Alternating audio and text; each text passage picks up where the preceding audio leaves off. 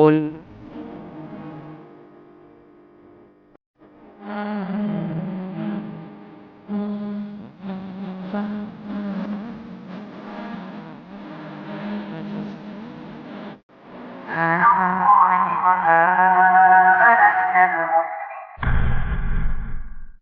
Bismillahirrahmanirrahim. Assalamualaikum warahmatullahi wabarakatuh.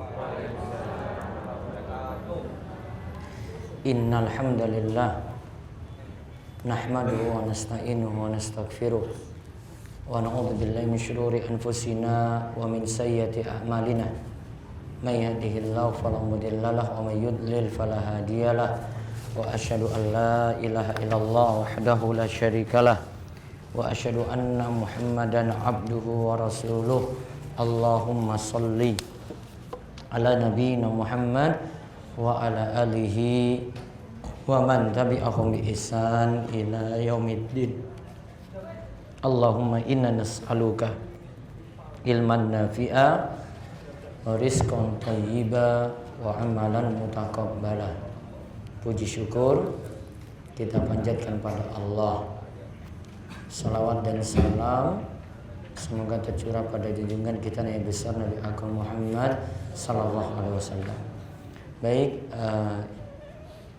para jemaah sekalian yang semoga senantiasa dirahmati oleh Allah, pada kesempatan pagi hari ini di hari yang penuh berkah, yaitu 19 Muharram 1441 Hijriah, kita dimudahkan kembali dalam majelis yang mudah-mudahan bawa berkah bagi kita sekalian, dalam majelis ilmu yang kita masih dalam tema mempelajari istri-istri Nabi Sallallahu Alaihi Wasallam.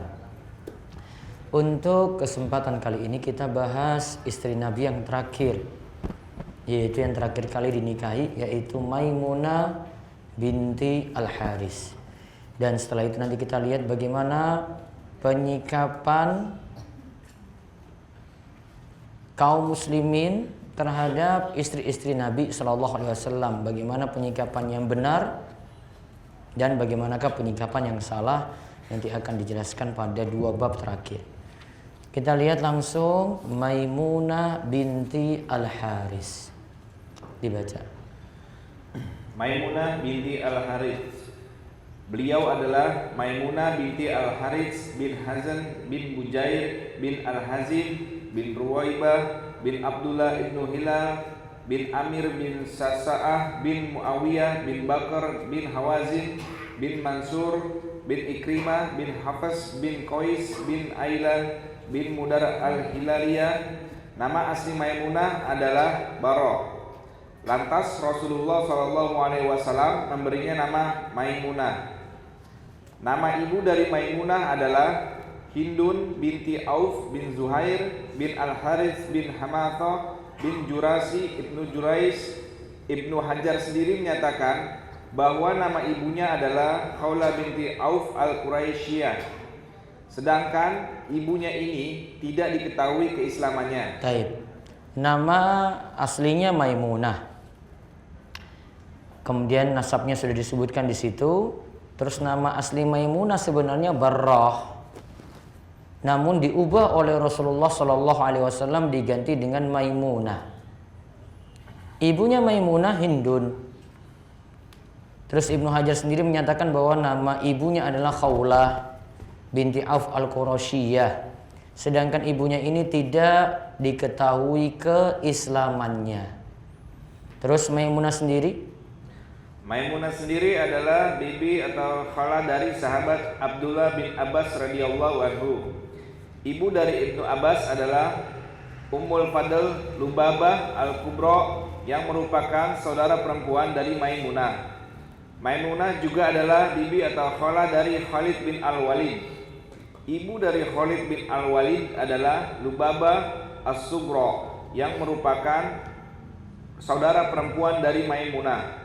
Berarti Maimunah memiliki saudara-saudara perempuan yang luar biasa. Nah, lihat, saudara-saudara perempuan dari Maimunah itu ada Ummu Fadl, Lubabah Al-Kubra.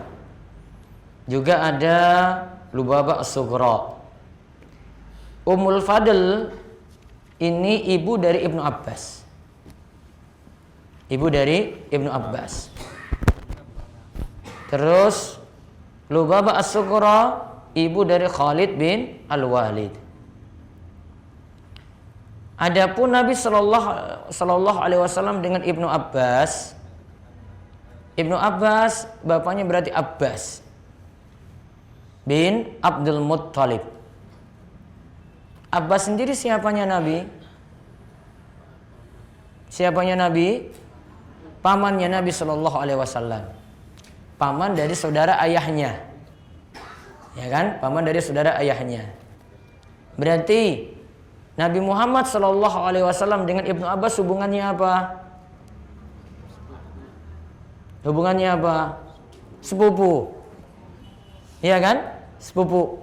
Karena ayah dari Ibnu Abbas dengan ayah dari Nabi kita Muhammad sallallahu alaihi wasallam bersaudara. Berarti hubungannya sepupu. Berarti Nabi SAW nikah dengan Maimunah. Ya, nikah dengan Maimunah. Maimunah sendiri itu bibi dari Ibnu Abbas. Bibi dari Ibnu Abbas, namun dari saudara ibunya. Berarti hubungan Maimunah dengan Ibnu Abbas apa? Keponakan. Ya dah, Ibnu Abbas keponakannya. Berarti Maimunah dengan Nabi sallallahu alaihi wasallam apa? Setara bibi. Kan Nabi dengan Ibnu Abbas ya sepupu toh. Nah, Ibnu Abbas bibinya siapa? Maimunah. Ya dah, berarti sejajar bibi. Namun bukan bibi langsung. Bibi apa? Ya bibi jauh lah gitulah ya gitu aja. Pada pusing-pusing. Mahram apa bukan? Bukan mahram. Jadi jangan sekadar panggil bibi aja langsung mahram gitu. Enggak. Ya, hubungannya kayak gitu ya. Nah, jadi Ibnu Abbas dengan Maimunah mahram apa bukan? Ya ibu-ibu. Ibnu Abbas dengan Maimunah mahram apa bukan? Apa? Kok bingung lagi? Ibnu Abbas dengan Maimunah mahram enggak sekarang?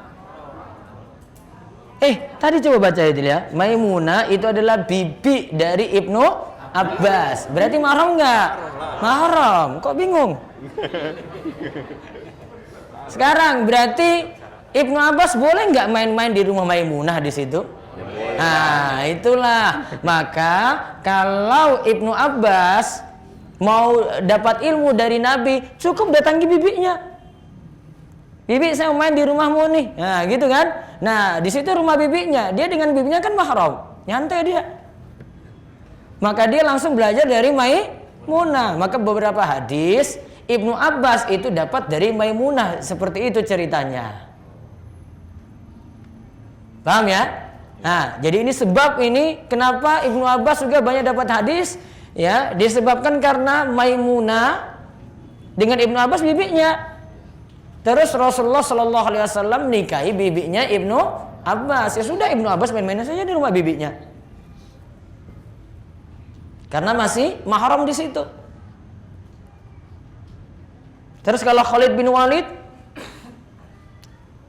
tadi ibunya Lubabah As-Sughra. Itu saudara dengan Maimunah. Berarti Khalid bin Walid panggil Maimunah apa? Bibi langsung kan? Ah, bibi langsung. Nah, Khalid bin Walid juga kalau mau ke Maimunah juga sama berarti. Terus Ibnu Abbas dengan Khalid bin Walid hubungannya apa? Sepupu. Sepupu dari ini saudara-saudara ibunya. Jadi saudara-saudara ibunya Ibnu Abbas. Nah, terus Maimunah. Maimunah sudah menjanda 2 kali. Suami pertamanya adalah Mas'ud bin Amr As-Saqafi. Ia bercerai dengan Maimunah. Suaminya ini tidak diketahui keislamannya. Suaminya yang kedua adalah Abu Ruham bin Abdul Uzza bin Abi Qais bin Bani Malik bin Hisl bin Amir bin Lu'ay. Ia meninggal dunia dan membuat Maimunah menjanda. Juga suaminya yang kedua tidak diketahui keislamannya. Suami pertama Mas'ud. Ya, terus suami kedua Abu Rum bin Abdul Uzza. Nah, kedua-duanya ini tidak diketahui keislamannya. Ya, tidak diketahui keislamannya.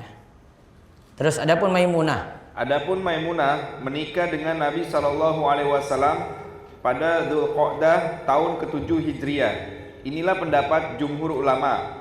Maimunah adalah istri terakhir yang dinikahi Nabi Shallallahu Alaihi Wasallam. Nabi SAW meninggal tahun 11 Hijriah. Nah, dengan istri terakhir yang dinikahi itu tahun 7 Hijriah, Maimunah, bulan Dzulqa'dah. Nah, ini tentang sejarah nikahnya. Setelah Maimunah itu menjanda 2 kali.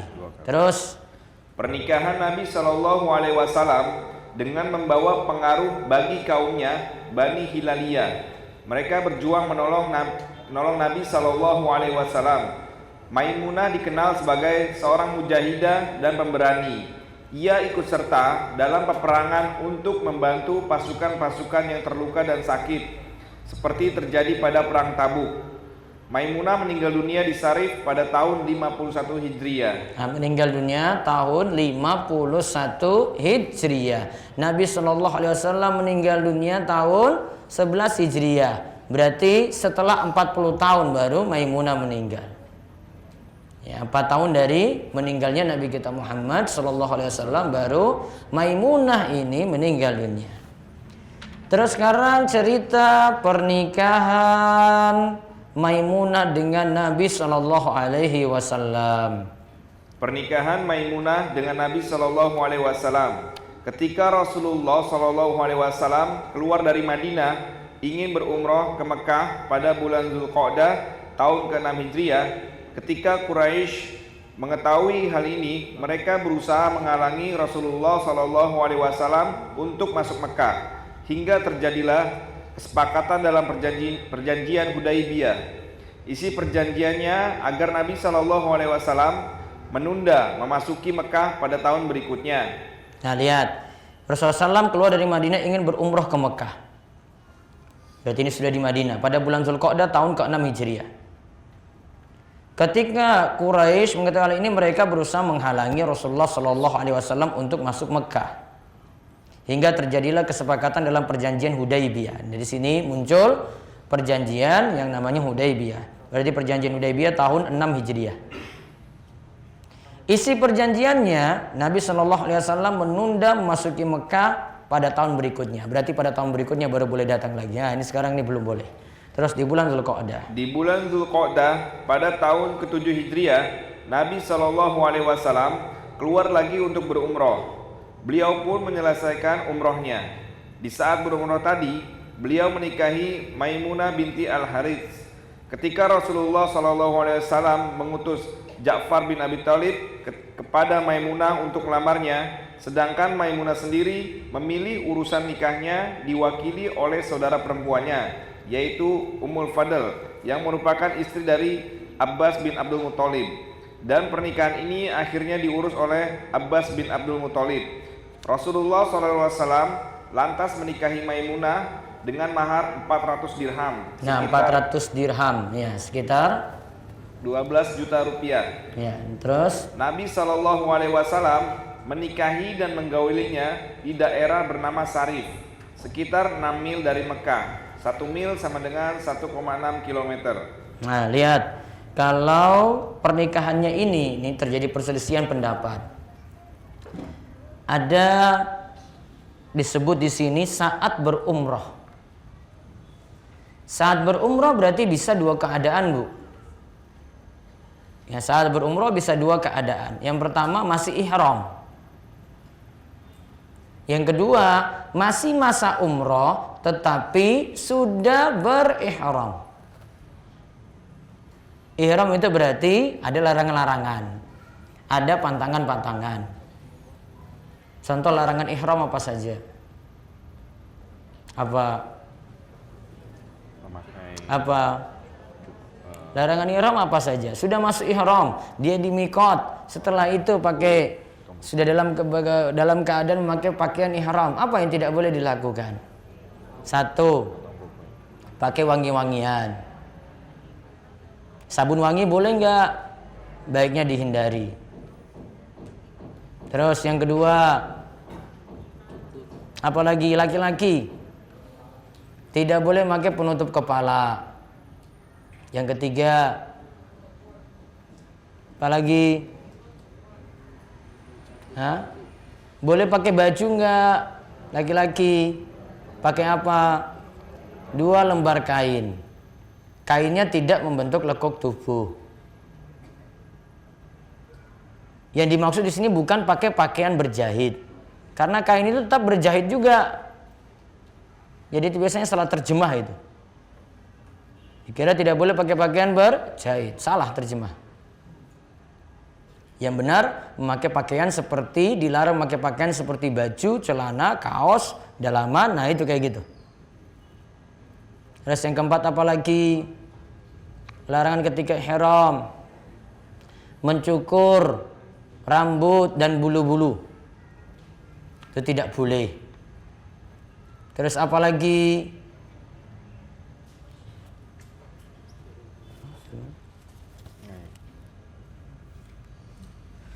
Terus apalagi yang tidak boleh? Ya ini yang dibahas di sini. Tidak boleh melakukan akad nikah. Akad nikah nggak boleh. Saat ihramnya ya. Nah, di sini yang para ulama itu bahas.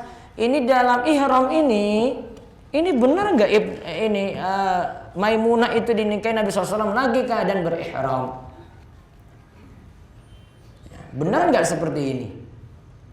Karena kalau ini jadi dinikahkan ketika keadaan berihram, berarti saat berihram tadi masih boleh melakukan akad nikah.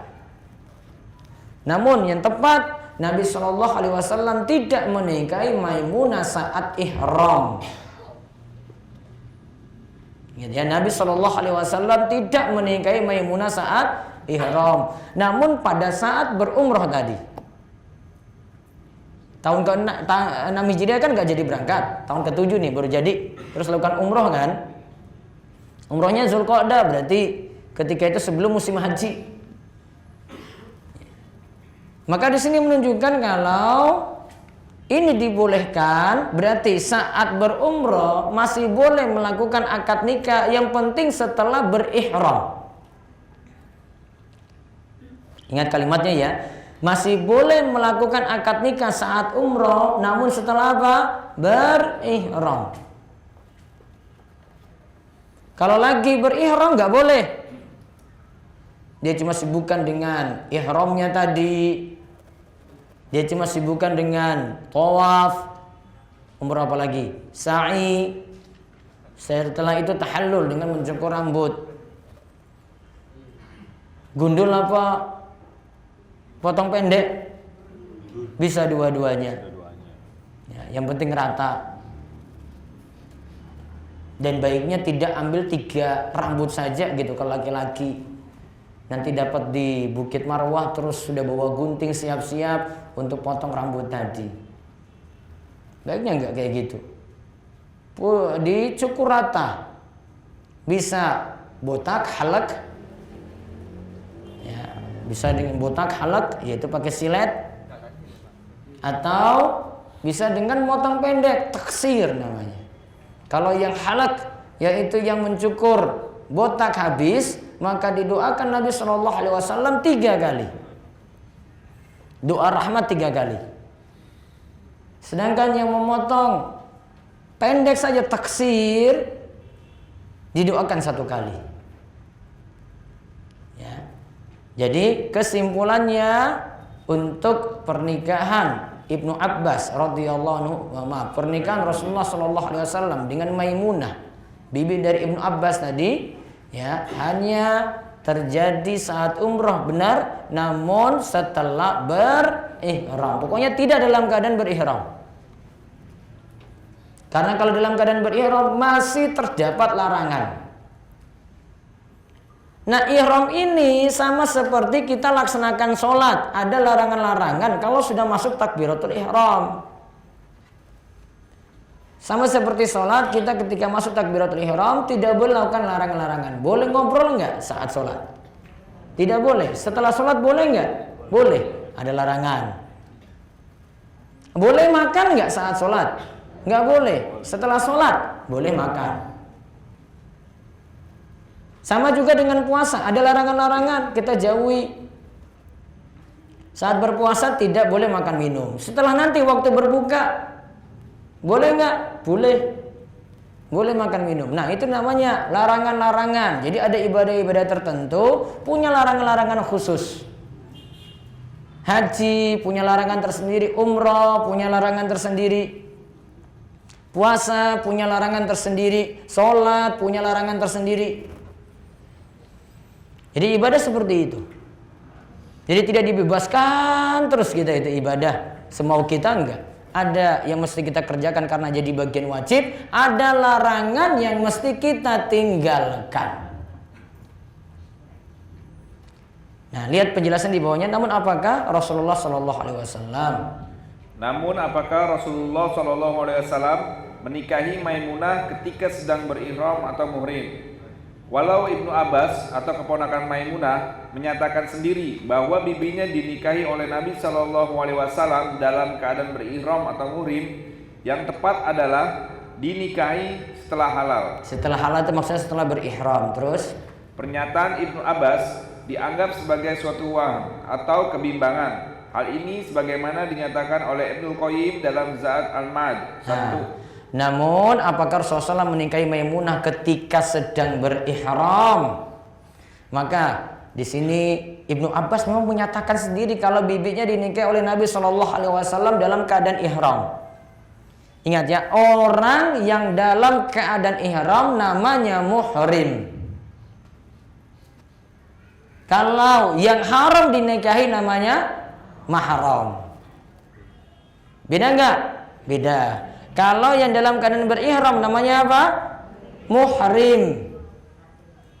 Berarti berlaku ketika umroh atau haji. Kalau yang haram dinikahi namanya apa? Mahram. Muhrim keadaan ihram itu. Ahrama yuhrimu ihraman muhrimun. Ya, itu dari asal kata bahasa Arabnya. Dari kata ahrama yuhrimu. Kalau mahram, yang haram dinikahi. Mahram ada berapa?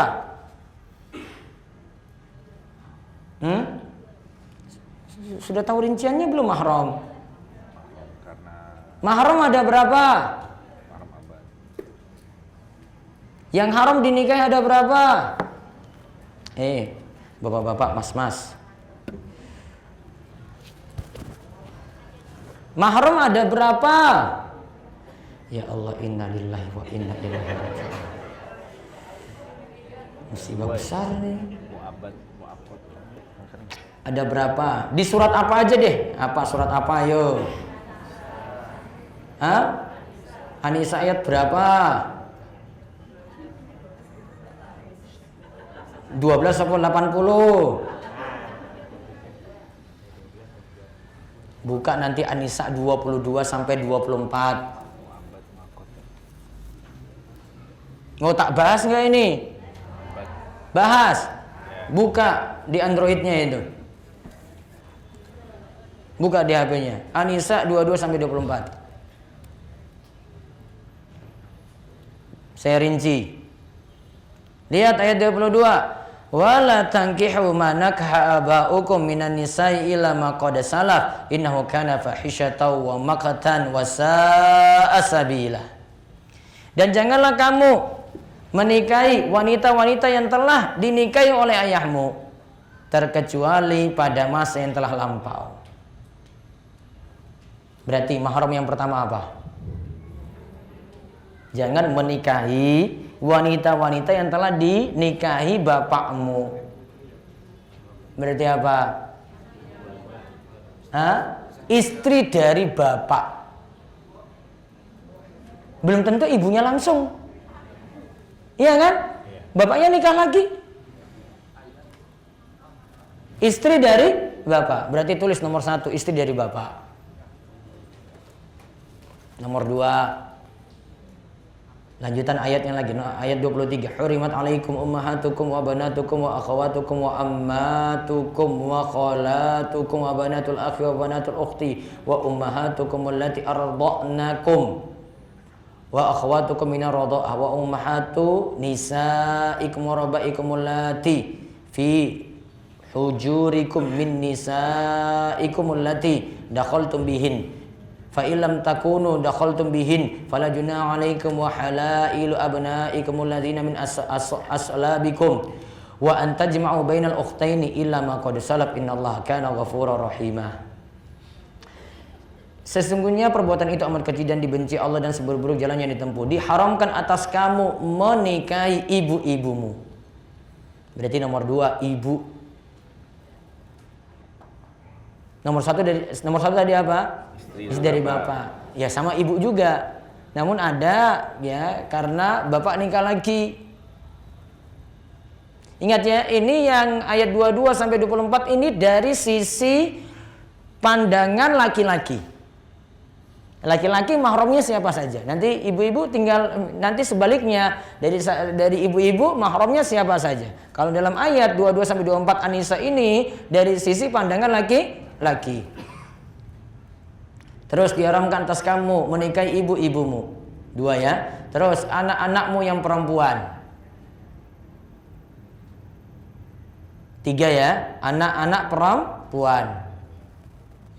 Anak perempuan di sini termasuk cucu. Di bawah cucu apa lagi? Cicit. Di bawah cicit apa lagi? Hah? Pokoknya anaknya cicit di bawah lagi seterusnya. Buyut istilahnya itu kayaknya. Terus sudah berapa tadi? 3, 4. Saudara-saudaramu yang perempuan. Saudara-saudaramu yang perempuan. Terus yang ke-5, saudara-saudara bapakmu yang perempuan. Apa itu? Saudara-saudara bapakmu yang perempuan. Kita sebut apa? Bibi, namun saudara bapak. Terus saudara-saudara ibumu yang perempuan. Kita sebut apa? Bibi juga, namun dari ibu. Orang Arab di sini bedakan.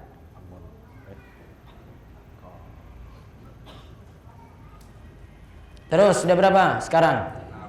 Sekarang 6. 7. Anak-anak perempuan dari saudara-saudaramu yang laki-laki. Apa berarti? Keponakan. Tulis anak-anak perempuan dari saudara-saudaramu yang laki-laki. Terus ke-8, anak-anak perempuan dari saudara-saudaramu yang perempuan. Apalagi? Keponakan, namun dari saudara perempuan kita. Terus yang ke-9, ibu-ibumu yang menyusui kamu. Apa namanya? Ibu susu. Hah? Ibu susuan. Ibu persusuan. Syaratnya apa, Bu? Jadi ibu persusuan. Dari 2 kali. Apa? Pertama, 5 kali disusui. Terus yang kedua, di bawah 2 tahun.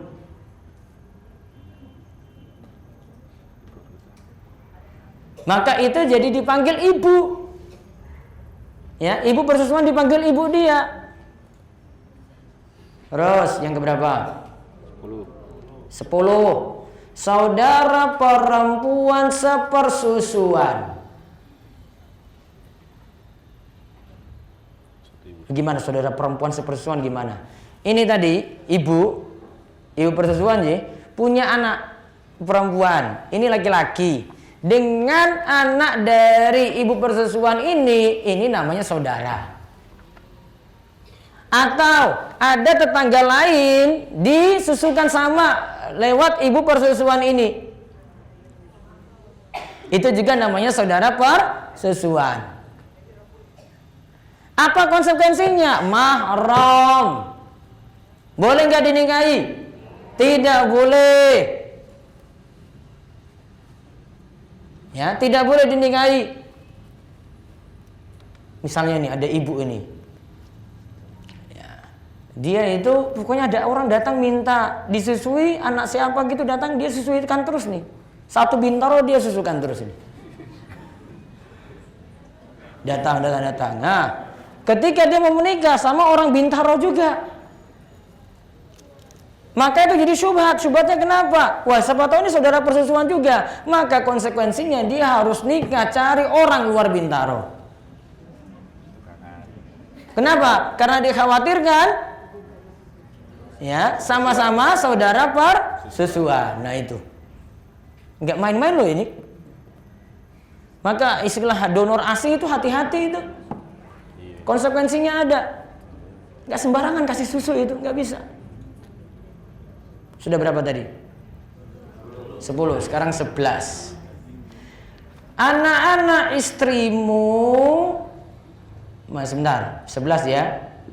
11. Ibu-ibu istrimu, apa berarti? Ibu-ibu istrimu, mertua. Terus yang ke-12, anak-anak istrimu yang dalam peliharaanmu dari istri yang telah kamu campuri. Nah, nomor berapa ini tadi? 12 apa 11? Nah, 12 ini istilahnya robibah. Robibah. Robibah itu gini, ini laki-laki kan tadi sisi pandang laki-laki ya. Nikah dengan janda. Janda ini bawa anak perempuan. Saya ulang, ini laki-laki ini nikah dengan janda. Janda ini bawa anak perempuan. Anak perempuan ini ikut ibunya. Terus ibu ini dengan syarat ya. Dengan syarat sudah disetubui akad nikah, terus disetubui, maka anak ini namanya robibah, mahram selamanya. Seandainya cerai dengan ibunya, dia tidak boleh nikahi anaknya.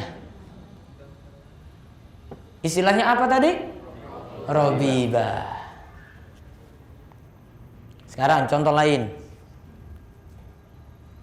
Ya, contoh lain. Ini sekarang yang duda ini ada duda bawa anak laki-laki. Terus ada janda bawa anak perempuan. Status anak laki-laki dan anak perempuan tadi gimana? Mahram apa bukan?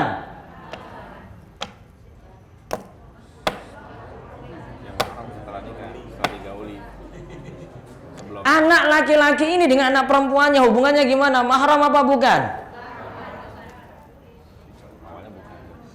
Bukan mahram. Baiknya satu rumah enggak? Tidak.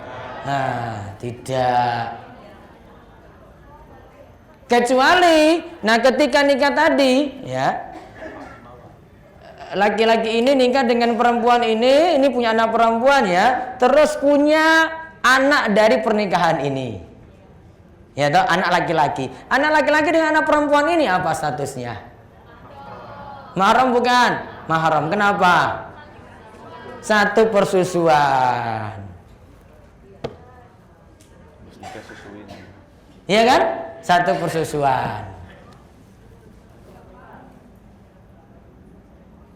Nah, maka pahami dulu kasusnya itu tadi robibah. Paham robibah ya? Nah, robibah ini banyak yang tidak pahami ini. Gaul saja gitu. Padahal bukan mahram itu. Disatukan dalam rumah lagi. Wah, itu rawan sekali. Terus sudah berapa sekarang? Sekarang 13. Nah, 13. Dan diharamkan bagimu istri-istri anak kandungmu. Apa berarti? Istri-istri anak kandungmu. Menantu, berarti 13 menantu.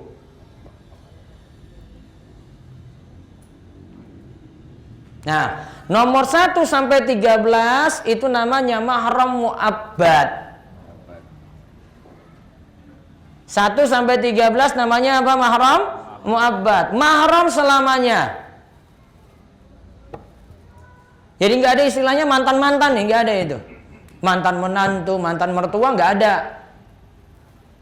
Karena mahramnya apa sifatnya tadi? Selamanya.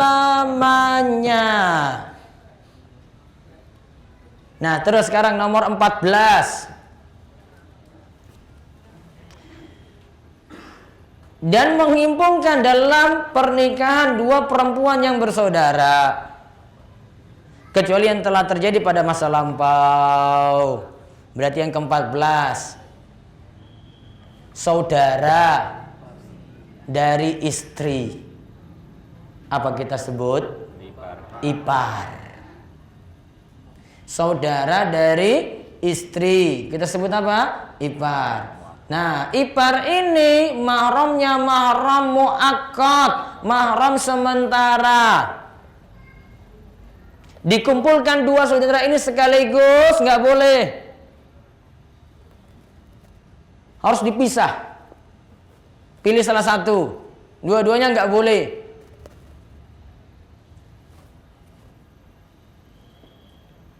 Sifatnya sementara, maksudnya apa sementara? Kalau dengan kakaknya meninggal misalnya kakaknya ini, maka dia boleh nikahi siapa? Laki-laki ini boleh nikahi adiknya. Itu namanya sementara. Namun karena sementara sifatnya seperti wanita ajnabiyah, wanita asing, nggak boleh bebas dengan ipar. Wah Ustadz, nanti ipar saya datang ke rumah saya pakai jilbab enggak? Tutup jilbab. Kenapa dengan ipar kok masalah? Karena Nabi SAW katakan, alhamu al-maut, ipar itu bahaya. Kadang kita nggak punya ilmu, nggak tahu aturan kayak gitu. Ya, biasa saja dengan ipar gitu. Padahal nggak boleh dikumpulkan tadi. Itu ada aturan sendiri dengan ipar. Nggak bebas.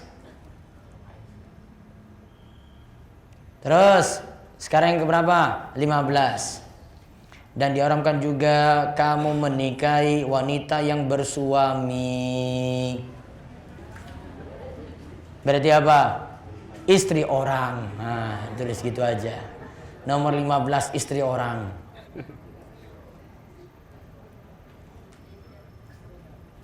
Termasuk mantan-mantannya juga. Nah, sama. Ketemunya pas reunian.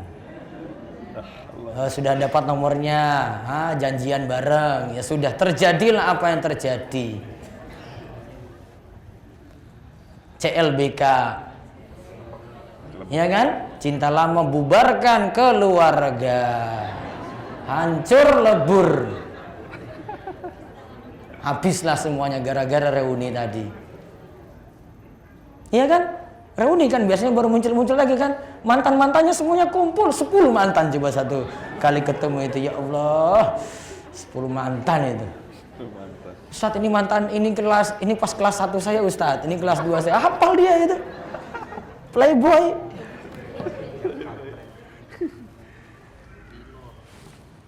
Nah, 15 tadi ya. Nomor 13 sama 14 itu sifatnya sementara. Maaf, nomor 14 dan 15. 14 tadi ipar ya.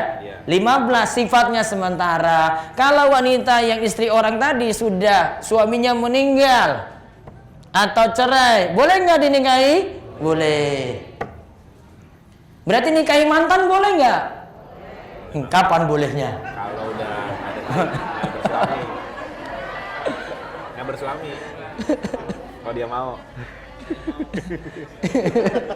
Kalau sudah gak bersuami lagi, itu pun kalau ada yang mau. Namun ini ada nyata terjadi juga. Ya. Itu 15 tadi. Itu cukup ayat 22 sampai 24 Anisa tadi. Bapak ibu sudah pahami mahram. Walaupun ada turunan-turunannya lagi. Nah, lantas ayat ini ditutup, lihat ya. Ayat ini ditutup dikatakan, wa uhilal lakum ma wara'a dzalikum. Dihalalkan bagi kalian yang selain itu. Berarti selain yang 15 itu halal dinikahi. Sepupu disebut enggak dari 15 tadi? Sepupu disebut enggak? Enggak. Wa uhilal lakum ma wara'a dzalikum. Dihalalkan bagi kalian yang selain itu. Kan selain yang 15. Berarti tadi kasusnya Nabi SAW dengan Maimunah. Masuk 15 enggak tadi? Enggak. Kan nggak masuk mahram situ. Nggak ada hubungan langsung, nggak bibi langsung. Ya kan? Nggak bibi langsung itu. Maka masih boleh menikah. Namun yang jadi bibi yang di sini nggak boleh nikahi adalah Ibnu Abbas dengan Maimunah. Mahram. Kenapa dalam istilah mahram tadi tidak boleh dinikahi? Soalnya kalau dinikahi mahram tadi akhirnya jadi konflik dan terputuslah silaturahim. Padahal sesama mahram diperintahkan untuk silaturahim. Coba hubungannya putus coba. Enggak, saya sudah cerai dengan dia. Nah, padahal mahramnya itu putus silaturahim coba. Maka nggak boleh dinikahi itu. Itu 15 itu diperhatikan. Nah 15 ini ada aturan. Nah ibu-ibu buka jilbab bagaimana, bersalaman seperti apa, berduaan itu bagaimana, itu ada aturan tuh. Itu istilah mahram. Kalau muhrim tadi apa? Yang melakukan ihram. Cuma kita salah istilah aja sejak dulu itu. Nanti diperbaiki istilahnya. Jadi kalau bilang, oh saya nggak mau salaman dengan yang bukan mahram, bukan muhrim. Ya, saya nggak mau salaman dengan yang bukan mahram. Nah itu istilahnya. Terus ada yang menyebutkan bahwa Maimunah, ada yang menyebutkan bahwa Maimunah radhiyallahu anha yang menawarkan diri kepada Nabi Shallallahu Alaihi Wasallam karena prosesi lamaran Nabi berlangsung saat Maimunah berada di atas tunggangannya. Maimunah berkata, tunggangannya dan apa yang ada di atasnya atau dirinya adalah untuk Allah dan Rasulnya. Lalu Allah Subhanahu Wa Taala menurunkan ayat, wa mra'atan mu'minatan in wahabat nafsaha lin nabiyyi in arada an-nabiyyu ay yastankihaha khalisatan laka min dunil mu'minin. Al-Ahzab ayat 50. Dan perempuan mukmin yang menyerahkan dirinya kepada Nabi kalau Nabi mau mengawininya sebagai pengkhususan bagimu, bukan untuk semua orang mukmin. Nah, jadi tentang hal ini ada yang menghibahkan dirinya pada Nabi Sallallahu Alaihi Wasallam. Ini hanya khususan untuk Nabi saja, yang lainnya tidak. Nah, sekarang kita lihat keutamaan Maimunah binti Al-Harits. Pertama, Maimunah sangat mencintai Nabi Sallallahu Alaihi Wasallam dan beliau bergaul baik dengan Maimunah. Di antara buktinya diterangkan oleh keponakannya Ibnu Abbas radhiyallahu anhu, ia menceritakan Rasulullah Sallallahu Alaihi Wasallam pernah mandi dari bekas mandinya Maimunah. Nah, siapa yang ceritakan hadis tadi? Ibnu Abbas. Ibnu Abbas. Urusan dalam rumah Ibnu Abbas tahu. Kenapa tahu? Karena Maimunah bibinya Ibnu Abbas. Jadi dia tanya. Kalau sahabat-sahabat yang lain kayak tanya kayak gini karena kurang pas. Namun kalau Ibnu Abbas dia punya hubungan dengan Maimunah, maka disebut anna Rasulullah sallallahu alaihi wasallam kana yaktasilu bi fadli Maimunah. Rasulullah sallallahu alaihi wasallam pernah mandi dari bekas mandinya Maimunah. Berarti airnya itu air mustakmal. Pernah dengar air mustakmal? Apa air mustakmal? Ini pelajaran SD lulus apa ora ya ini, Pak? Hah? Apa air mustakmal? Air dua kulah pernah dengar enggak? Air mustakmal pernah dengar? Nah, itu pelajaran SD itu. Apa mustakmal? Air bekas bersuci. Sekarang hukumnya boleh nggak memakai air bekas bersuci? Nah, ini hadisnya nih.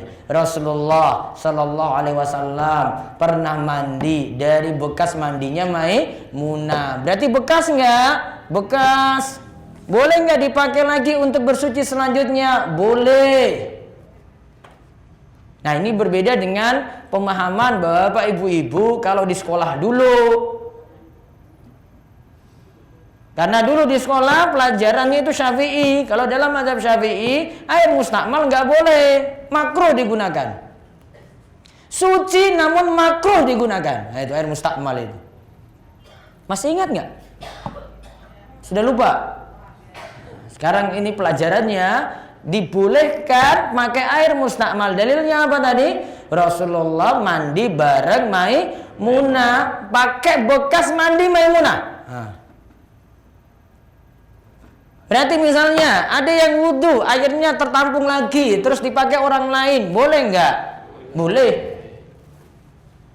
Itu nggak masalah. Airnya tadi namanya air apa? Mustakmal. Ada istilah lagi air dua kullah. Apa dua kullah? Berapa liter? Apa itu dua kullah? Idza kana al-ma'u kullatain lam yahmilil khabath. Jika air telah mencapai dua kullah, maka sulit dinajiskan. Apa dua kullah? Masih ingat nggak? Dua kullah apa? Dua kullah itu ukuran sekitar 200 liter. Apa kok dua kullah? Dua kullah ini Ustaz sebut. Dua kullah ini kalau dalam mazhab Syafi'i jadi standar air sedikit atau banyak. Di bawah 200 liter misalnya. Ini nih. Sak gelas. Ini berapa liter nih? Berapa mili? 300 mili. Itu kurang dari dua kullah kan? Air yang sedikit kalau itu kecipratan kencing, nah dalam mazhab Syafi'i itu kena najis. Airnya nggak berubah Ustadz, kena najis langsung dianggap najis semuanya. Sedangkan kalau air lebih dari 2 kullah, lebih dari berapa liter tadi? 200 liter. Nah misalnya 5.000 liter, masuk tadi kencing 1 mili, pengaruh nggak? Melebur. Ya kan? Mencemari air enggak? Tidak. Kalau kencingnya 500 liter. Baknya 5.000 liter. Berubah enggak? Berubah. Kalau sedikit enggak apa-apa. Standarnya apa tadi sedikit dan banyaknya tadi? 2 kullah. Berapa liter? 200 liter. Maka kalau biasanya orang-orang kampung dulu itu lihat ukuran baknya. Baknya kalau kecil, bahaya, buat sekalian besar. Biar apa? Kalau kecipratan kencing, nggak masalah. Buat lebih dari 200 liter. 200 liter itu ukuran bak berapa kali berapa ya? Bingung lagi. 1 meter sekali 1 meter, tingginya berapa? 20 cm. Ini matematika nggak lulus semuanya ini kan. Anak IPS. Orang IPS. Satu tingginya berapa? 20 cm. Nah, ukuran bak segitu itu namanya 2 kullah. Maka biar aman apa? Buat air lebih daripada 2 kullah. Paham ini? Nah, itu masalah air tadi. Nah, yang dibahas di sini ini air mustakmal. Mazhab Syafi'i punya dasar apa? Ada pembahasan yang lainnya mazhab Syafi'i pakai dasar. Yang jelas dalam mazhab itu punya dasar-dasar sendiri. Namun nanti akan berbeda nanti pendalilannya dari sisi mazhab yang lain. Yang pendapat yang salah, kalau kita itu katakan mazhab itu tidak punya dalil sama sekali. Wah, itu keliru fatal tuh. Masa ulama sekali Imam Nawawi itu nggak pakai dalil sama sekali? Wah, itu nggak mungkin. Ada dalilnya, namun pemahamannya saja yang berbeda. Makanya kalau mau belajar fikih, pertama belajar dari guru. Yang kedua, belajar itu pakai mazhab. Biar nggak bingung. Nanti ketika dengar pendapat ini, ustadz yang lain tuh bilang kayak begini. Nanti dengerin lagi bilang kayak gini lagi. Coba kalau pakai mazhab, gampang sekali jawab. Sekarang pertanyaan saya, lebih mulia mana atau lebih dari sisi keutamaan ilmu, lebih utama ulama mazhab dulu kayak Imam Syafi'i, Imam Ahmad, Imam Malik, Imam Abu Hanifah, ataukah ustadz-ustadz saat ini? Mau jawab apa coba? Mana yang ilmunya lebih mantap coba? Mana yang lebih mantap? Imam Syafi'i apa sekarang? Imam Syafi'i lebih dekat ke zaman Nabi. Orang belajar itu lebih sistematik jadinya. Belajar pakai fikih mazhab. Maka kalau di Jakarta larang-larang bermazhab, saya nggak setuju itu. Justru saya kalau ngajar fikih itu saya harus pakai mazhab. Pakai fikih Syafi'i. Contoh misalnya, ini dasar sekali. Muntah itu najis apa tidak? Najis. Pakai mazhab apa kamu? Seluruh mazhab, 4 mazhab itu sepakat bahwasanya muntah itu najis. Sampai mazhabnya Ahmad juga, Imam Ahmad. Sepakat 4 mazhab muntah itu najis. Namun muntah dirinci jadi 2. Yang pertama muntah yang sesuatu yang masuk keluar itu bentuknya sama. Nah, biasanya cuma di mulut terus dikeluarkan kan. Nah, itu enggak najis. Muntah yang najis bagaimana? Masuk ke dalam perut, dicerna, terus keluar. Berubah nggak itu? Berubah. Baunya berubah nggak? Berubah. Baunya jadi nggak enak kan? Itu sama seperti ya kita itu masukkan sesuatu keluar lewat belakang. Namun sekarang keluar lewat mulut lagi. Apa bedanya coba? Sama-sama berubah kan? Nah, muntah kayak begini najis. Itu belajar dari mazhab itu. Ya. Dalam mazhab Syafi'i sebut kayak gini. Ya. Nanti kalau ada yang mau bantah ini lagi, Pak, saya sudah pakai pendapat mazhab ini ya. Ini 4 mazhab tadi saya sebut ini. Kalau kamu cuma sebut satu ustadz kalah dengan 4 mazhab. Contoh lagi, darah najis atau tidak? Saya mau belajar mazhab dulu. Dalam mazhab Syafi'i najis. Nanah. Dalam mazhab Syafi'i najis. Dan itu mazhab yang lainnya juga sama. Dalilnya apa? Pakai pendalilan darah haid. Karena Nabi SAW nggak kecualikan. Nabi nggak kecualikan itu. Pokoknya kalau darah ini dikatakan najis. Nah, berlaku untuk semua darah. Darah yang keluar dari kemaluan, darah yang keluar dari tangan, darah luka sama. Itu pelajaran mazhab itu, Pak, Bu. Ya, itu bisa tahu kayak gini, mazhab lagi. Maka belajar mazhab itu nggak tercela. Justru itu membantu sekali, berpikirnya jadi sederhana. Ini punya dalil-dalil kuat juga tadi itu. Pendalilannya ada. Kalau mau belajar kayak gini, saya punya tulisan itu. Cari di website rumahso.com, Fikih Safinatun Najah. Nah, itu saya bahas fikih Syafi'i semuanya. Fikih Safinatun Najah. Terakhir saya bahas tentang lama darah haid dan nifas. Walaupun kalau kita tidak setuju, ya sampaikan pendapat. Enggak setujunya kenapa? Kata misalnya yang saya baru bahas, ya. Sekarang darah haid dianggap itu haid, itu berapa lama? Berapa lama ibu-ibu? Bapak bengong aja kalau saya tanya kayak gini. Yang umumnya kan 7 hari. Sekarang minimalnya berapa hari dianggap darah haid? Berapa hari? Minimalnya, bukan maksimal. 7. 3 hari. Berarti kalau kurang dari 3 hari bukan darah haid. 7 hari ya? Bingung lagi, Bu. Saya nggak keluar darahnya, Bu.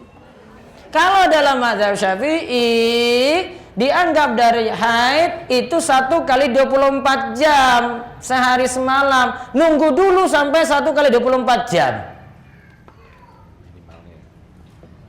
Gini ceritanya ya. Ini ibu dapat haid nih jam 9 nih. Nunggu sampai jam 9 besok. Oh Ustadz, ini kok berhenti darahnya ini jam 5 sore.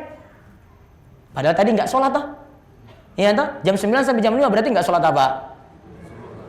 Zuhur, asar, qadha. Qadha itu 2 sholat. Jam 5 Ustadz saya ini qadha. Kenapa qadha?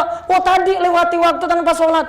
Harusnya itu kamu itu bukan haid itu karena kurang dari 24 jam. Tiba-tiba 3 hari lagi dapati kayak gitu lagi. Qadha lagi. Repot nggak ibu-ibu? Berpikir kayak gini repot nggak? Repot banget Bu, ibu menanti 1 kali 24 jam tanpa kepastian. Ini keluar terus nggak? Ini keluar terus nggak? Keluar terus nggak? Kalau saya lebih cenderung pada pendapat Ibnu Taimiyah. Saya sebut pendapat tadi, namun Ibnu Taimiyah ini tidak pakai batasan dalam masalah lamanya haid. Ibu tadi jam 9 itu keluar darah haid, terus jam 5 sore itu berhenti. Tanda-tandanya sudah ibu tahu juga, itu tanda berhenti. Maka dianggap haid, berarti sholat zuhur dan asar tidak perlu diqadha. Namun kalau asar masih qadha, dikarenakan masih ada waktu. Taruhlah jam 6, maka asar tadi tidak perlu diqadha. Enak pendapatnya. Bandingkan dengan pendapat lain, ya tidak selamanya ini diikuti gitu. Namun kalau belajar kayak gitu dulu, ini untuk membuka wawasan saja itu. Jadi nggak terpaku itu pada orang anti mazhab gitu. Saya kurang setuju. Tidak terlalu didengungkan anti mazhab, nggak boleh itu bermazhab. Ini dasar dari mana? Semua ulama besar sekali Ibnu Taimiyah, Imam Nawawi saja mazhab itu dipakai.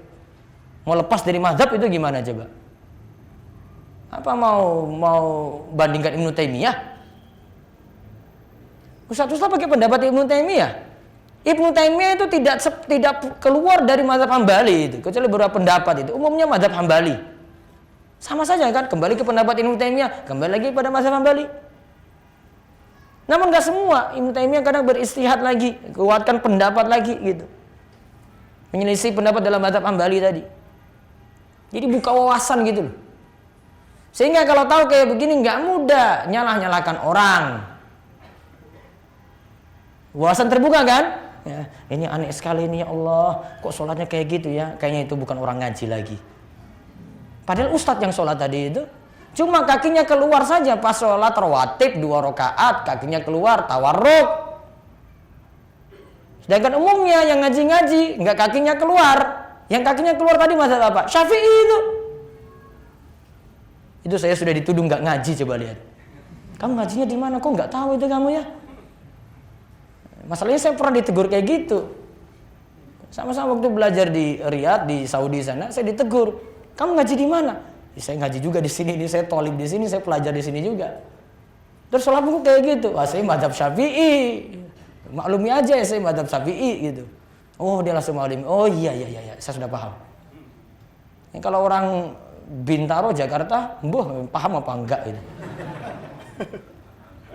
Malah nyesatkan nanti. Masalah sepele coba. Cuma kaki keluar apa tidak? Iya kan? Kaki keluar atau tidak coba lihat. Itu sudah jadi lawyer apa tidak pada orang lain. Padahal masalah biasa. Nah, lihat satu hadis lagi di sini di bawah.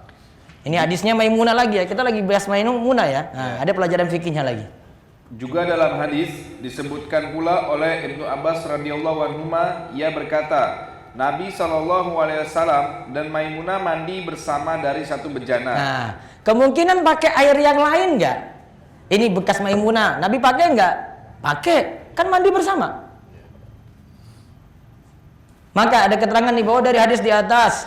Ada lagi di bawah dibaca. Dari hadis di atas ada pelajaran penting tentang hukum air mustakmal atau bekas bersuci. Ya, Ibnul Munzir dalam Al-Awsat mengatakan, berdasarkan ijma atau kesepakatan para ulama, air yang tersisa pada anggota badan orang yang berwudu dan orang yang mandi atau yang melekat pada bajunya adalah air yang suci. Oleh karenanya, hal ini menunjukkan bahwa air mustakmal adalah air yang suci. Jika air tersebut adalah air yang suci, maka tidak ada alasan untuk melarang menggunakan air tersebut untuk berwudu tanpa ada alasan menyelisihinya. Terus Syekhul Islam Ibnu Taimiyah. Syekhul Islam Ibnu Taimiyah rahimahullah mengatakan, begitu pula air mustakmal yang digunakan untuk menyucikan hadas tetap dianggap suci. Nah, selama tidak ada perubahan, kan air itu punya 3 unsur di sini ya, ada bau, rasa, warna. Selama tidak keluar dari kemutlakan air, bau, rasa atau warnanya tetap seperti itu, maka air tersebut tetap boleh digunakan untuk bersuci, walaupun sudah dipakai untuk bersuci yang lainnya. Jadi kesimpulannya dari Ibnul Munzir dan Syekhul Islam Ibnu Taimiyah, air mustakmal, air bekas bersuci tidaklah masalah. Kita belajar tadi dari hadis Maimunah. Terus bukti lagi kecintaan Nabi Shallallahu Alaihi Wasallam. Bukti lagi kecintaan Nabi Shallallahu Alaihi Wasallam pada Maimunah. Dari Quraib bekas budak Ibnu Abbas menyatakan bahwa ia mendengar Maimunah berkata, Rasulullah Shallallahu Alaihi Wasallam berbaring bersamaku dan aku dalam keadaan haid. Ada selembar kain antaraku dengannya. Nah, berarti di sini menunjukkan boleh tidur dengan wanita haid. Kalau orang Yahudi ahli kitab itu punya pendapat ekstrim, wanita haid ditinggal, nggak boleh tidur bareng. Contoh lagi, mereka punya fikih yang ekstrim lagi. Ketika kain itu kena najis, misalnya kencing, kainnya dipotong. Coba kalau kena kencing terus, Pak. Habis. Maka dulu ada yang karena mengingat pendapat Yahudi kayak begini, dia hati-hati sekali ketika kencing. Ketika itu dia kencing, saya lupa nama sahabat ini, dia kencing dengan menampung dalam botol. Ya, biar apa? Biar nggak kena cipratan kencingnya. Kemudian ditegur sama yang lainnya. Setahu saya nggak kayak gitu deh, ini terlalu berlebihan. Imam Nawawi kemudian jelaskan tentang hal ini. Rasulullah SAW saja kencing itu sambil berdiri, pernah. Ya, kencing sambil berdiri pernah. Sekarang pertanyaannya, ketika kencing sambil berdiri, untuk kena percikan kencing, bagaimana? Aman nggak? Nah, ada kemungkinan kan? Ada kena ya percikan kencing tadi. Maka di sini jadi pendapat sebagian ulama, percikan kencing yang sulit dihindari ma'fu. Ma'fu itu apa? Dimaafkan. Jadi nggak terlalu ekstrim banget gitu ya. Terus sampai tadi yang sahabat tadi apa? Kencing sampai pakai apa tadi? Botol, terlalu berlebihan sekali. Ditegur sama yang lainnya ini. Nggak kayak gitu. Dia punya alasan tadi, enggak, orang-orang Yahudi ini sampai jaga-jaga itu kayak gitu ini, sampai kainnya dipotong itu, maka kita harus hati-hati. Namun itu terlalu berlebihan. Maka kalau para ulama itu bahas tentang najis, Bapak Ibu, bahas tentang najis, maka ada istilah najis-najis yang ma'fu. Najis yang dimaafkan. Contoh tadi saya sebut apa? Tadi yang saya sebut apa dari mazhab tadi? Darah misalnya. Darah yang sedikit, ada yang jagal nyembelih kambing terus kena darah. Darahnya sedikit aja, ma'fu, dimaafkan. Kalau darahnya banyak, nah itu bermasalah. Contoh apa lagi tadi? Muntah. Muntahnya sedikit, dimaafkan. Contoh, bayi ketika disusui, nah dia muntah, itu keluarkan dalam perutnya. Namun muntahannya itu sedikit, terus ibunya nyusui lagi. Muntahannya tadi kena susu ibunya. Nah itu dimaafkan juga karena jumlahnya sedikit. Ma'fu.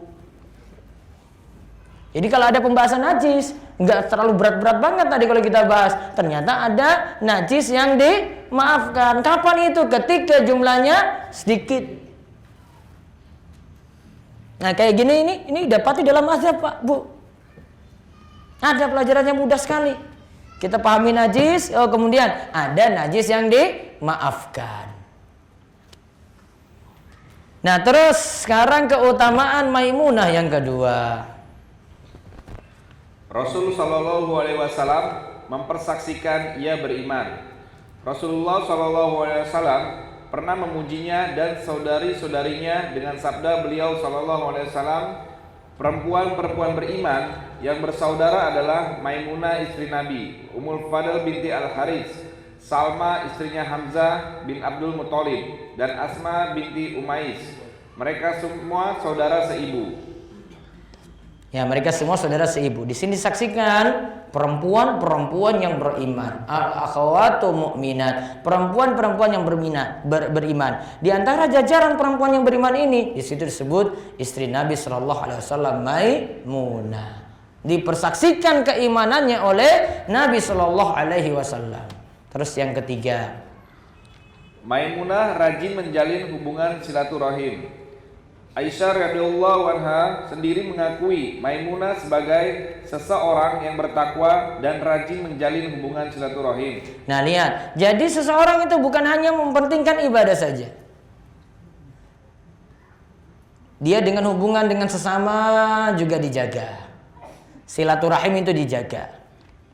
Ya. Silaturahim di sini berasal dari kata silaturahim, dari sila dan rahim. Sila itu artinya menyambungkan yang sudah putus. Rahim itu artinya kerabat. Berarti silaturahim artinya apa? Menyambungkan hubungan sesama kerabat. Nah, terus keutamaan yang keempat. Maimunah dikenal berilmu dan faqih. Keilmuannya dapat dinilai dari jumlah periwayatannya terhadap hadis. Maimunah meriwayatkan 76 hadis dari Nabi SAW. Imam Nawawi sendiri mengatakan ada 46 hadis. Imam Zahabi mengatakan ada 13 hadis. Nah, intinya hadis dari Maimunah juga banyak. Ada 76 hadis. Terus hadis dari Maimunah. Hadis dari Maimunah dalam kitab Sahih Bukhari dan Muslim ada 13 hadis. Hadis yang muttafaqun alaih, sepakat Bukhari Muslim, ada 7 hadis. Hadis yang diriwayatkan Bukhari saja ada 1 hadis, sedangkan Muslim saja ada 5 hadis. Nah, contoh tadi yang kita sebut hadisnya itu riwayat Muslim. Ada juga yang hadis lagi riwayat Bukhari dan Muslim. Terus di antara kefakihannya. Di antara kefakihannya dibuktikan lewat cerita Ibnu Abbas radhiyallahu anhuma, ia berkata, ada seorang wanita yang sakit, lantas ia menyatakan kalau Allah menyembuhkannya, ia akan sholat di Baitul Maqdis. Lantas ia sembuh dan mempersiapkan diri untuk berangkat ke Baitul Maqdis. Apa ini namanya ini? Kalau sembuh dari penyakit ini saya janji nanti akan pergi ke Baitul Maqdis. Apa namanya? Nah, nazar. Ingat ya, dia bernazar apa? Kalau sembuh saya akan pergi ke Baitul Maqdis. Sholat di Baitul Maqdis punya keutamaan atau tidak? Berapa? Apa keutamaannya? Sholat di Masjidil Haram berapa kali dari sholat di masjid lain? 100.000. Sholat di Masjid Nabawi berapa kali dari masjid lain? 1.000. Sholat di Baitul Maqdis, nah, separuh dari Masjid Nabawi. Berapa? 500. Ingat ya, ini 500. Terus Maimunah, istri Nabi SAW, lantas mengucapkan salam kepadanya. Ia mengabarkan kepada Maimunah kepada maksudnya untuk ke Baitul Maqdis. Maimunah lantas berkata, duduklah, makanlah apa yang telah engkau buat. Cukuplah engkau sholat di masjid Rasul SAW ini, karena sungguh aku mendengar Nabi SAW bersabda, sholat di masjid ini atau Masjid Nabawi lebih afdol 1000 kali dari sholat di masjid lainnya. Bukan 1000 kali, 1000 kali. Terus? Kecuali masjid yang ada Ka'bah atau Masjidil Haram. Nah, lihat. Sholat di Baitul Maqdis tadi berapa kali dari masjid lain? 500. Di Masjid Nabawi 1000. Berarti lebih utama mana? Masjid Nabawi atau Baitul Maqdis? Masjid Nabawi. Nah, maka Maimunah pikirnya cerdas. Ngapain kamu jauh-jauh pergi ke Baitul Maqdis? Cukup di Masjid Nabawi saja untuk menunaikan nazarmu. Cerdas nggak itu? Cerdas. Ngapain kamu jauh-jauh ke Baitul Maqdis? Cukup di kota Madinah ini saja kamu sholat di Masjid Nabawi, pahalanya sudah 1000 kali. Berarti boleh nazar itu dicari pengganti dengan cara apa? Dilihat mana yang lebih utama. Ini kan nanti nazarnya apa? Mau ke Baitul Maqdis kalau sembuh dari sakit. Diganti apa? Nazarnya diganti pergi ke Masjid Nabawi. Ya, sudah keutamaannya sudah banyak tuh. Dan kalau kita lihat di sini, ini keutamaan dalam hal sholat. Ya, dalam hal sholat disebutkan angka tadi 1000 kali. kecuali di Masjidil Haram. Masjidil Haram 100.000 kali. Ustaz, apakah yang lainnya? Baca Al-Quran, zikir, doa di Masjidil Haram, Masjid Nabawi, Masjidil Aqsa. Gak ada keutamaannya? Ada. Namun tidak disebut dengan angka. Kalau yang disebut dengan angka apa tadi? Sholat. Ya, yang disebut dengan angka itu sholat. Namun ada keistimewaan Masjidil Haram. Karena di Masjidil Haram itu ada tawaf. Sekarang pertanyaannya, ketika kita masuk Masjidil Haram, mending sholat tahiyatul masjid atau tawaf? Tawaf apa sholat tahiyatul masjid? Kalau bagi orang yang jarang-jarang ke Ka'bah, lebih afdol tawaf. Karena tawaf dia tidak bisa lakukan ketika di tanah air. Kalau tahiyatul masjid bisa di masjid lainnya. Nah, itu alasan paling logis yang disebutkan oleh para ulama. Ya, ini untuk bandingkan saja. Ada ibadah malah kita pilih bukan sholat, malah pilih apa? Tawaf. Karena tawaf jarang ditemukan, kecuali cuma di Ka'bah saja. Nah, ini keutamaan yang keempat, menunjukkan istimewanya Maimunah binti Al-Haris, cerdas. Dia beri saran, mending kamu tunaikan nazar di Masjid Nabawi daripada ke Baitul Maqdis. Terus yang kelima, keutamaan kelima. Maimunah sangat mencintai kebaikan. Nabi SAW pernah menemui Maimunah. Lalu beliau diceritakan oleh Maimunah bahwa ia telah memerdekakan seorang budak miliknya tanpa izin dari Nabi SAW. Kemudian Nabi SAW mengatakan kepadanya, jika engkau memberinya kepada sebagian pamanmu atau keluargamu dari Bani Hilal, tentu pahalamu akan lebih besar. Tadi ada disebut Bani Hilaliyah tadi ya. Kalau kamu berikan kepada ba'da akhwalika, pada paman-pamanmu, ini paman dari saudara ibumu, itu lebih utama daripada, ya, tadi kan dia berikan saja kepada familinya, kepada keluarganya. Ini berarti jalin silaturahim daripada kamu bebaskan gitu saja. Berarti maksud hadis ini, keutamaan Maimunah, dia sangat mencintai kebaikan. Keutamaan yang lainnya lagi di sini, dari hadis ini ada faedah hubungan silaturahim itu penting dijaga. Karena Nabi SAW beri saran, kamu kasih pamanmu berarti apa? Jalin hubungan silaturahim dengan keluargamu. Kalau dia cuma kasih sedekah untuk orang lain, belum. Silaturahim belum dapat. Berarti kalau beri hadiah kepada keluarga, pahalanya dua. Yang pertama, hadiah menyenangkan orang. Yang kedua, karena jalin silaturahim. Kemudian faedah yang bisa diambil lagi dari hadis ini, sodako termasuk juga zakat diutamakan pada orang-orang dekat dulu. Ya, sodako termasuk juga apa tadi? Zakat. Saya lihat keluarga saya ini masih family saya ini miskin, Ustaz. Susah dia hidupnya. Tetangga saya juga ada yang miskin. Mana yang didahulukan? Tetangga apa saudaranya? Saudaranya. Family dulu. Keluarga dulu, nggak mikir yang jauh. Pahalanya lebih besar. Kenapa pahalanya lebih besar? Dua pahala tadi ya. Kalau ini dia sodako, itu kebaikan. Satu. Yang kedua, karena ketika itu sudah apa? Jalin silaturahim. Terus faedah yang lainnya ada lagi dari hadis ini, keutamaan memerdekakan budak. Budak itu apa? Milkul yamin. Milkul yamin itu apa? Budak. Apa kriterianya? Didapati dari mana? Satu, dari tawanan perang.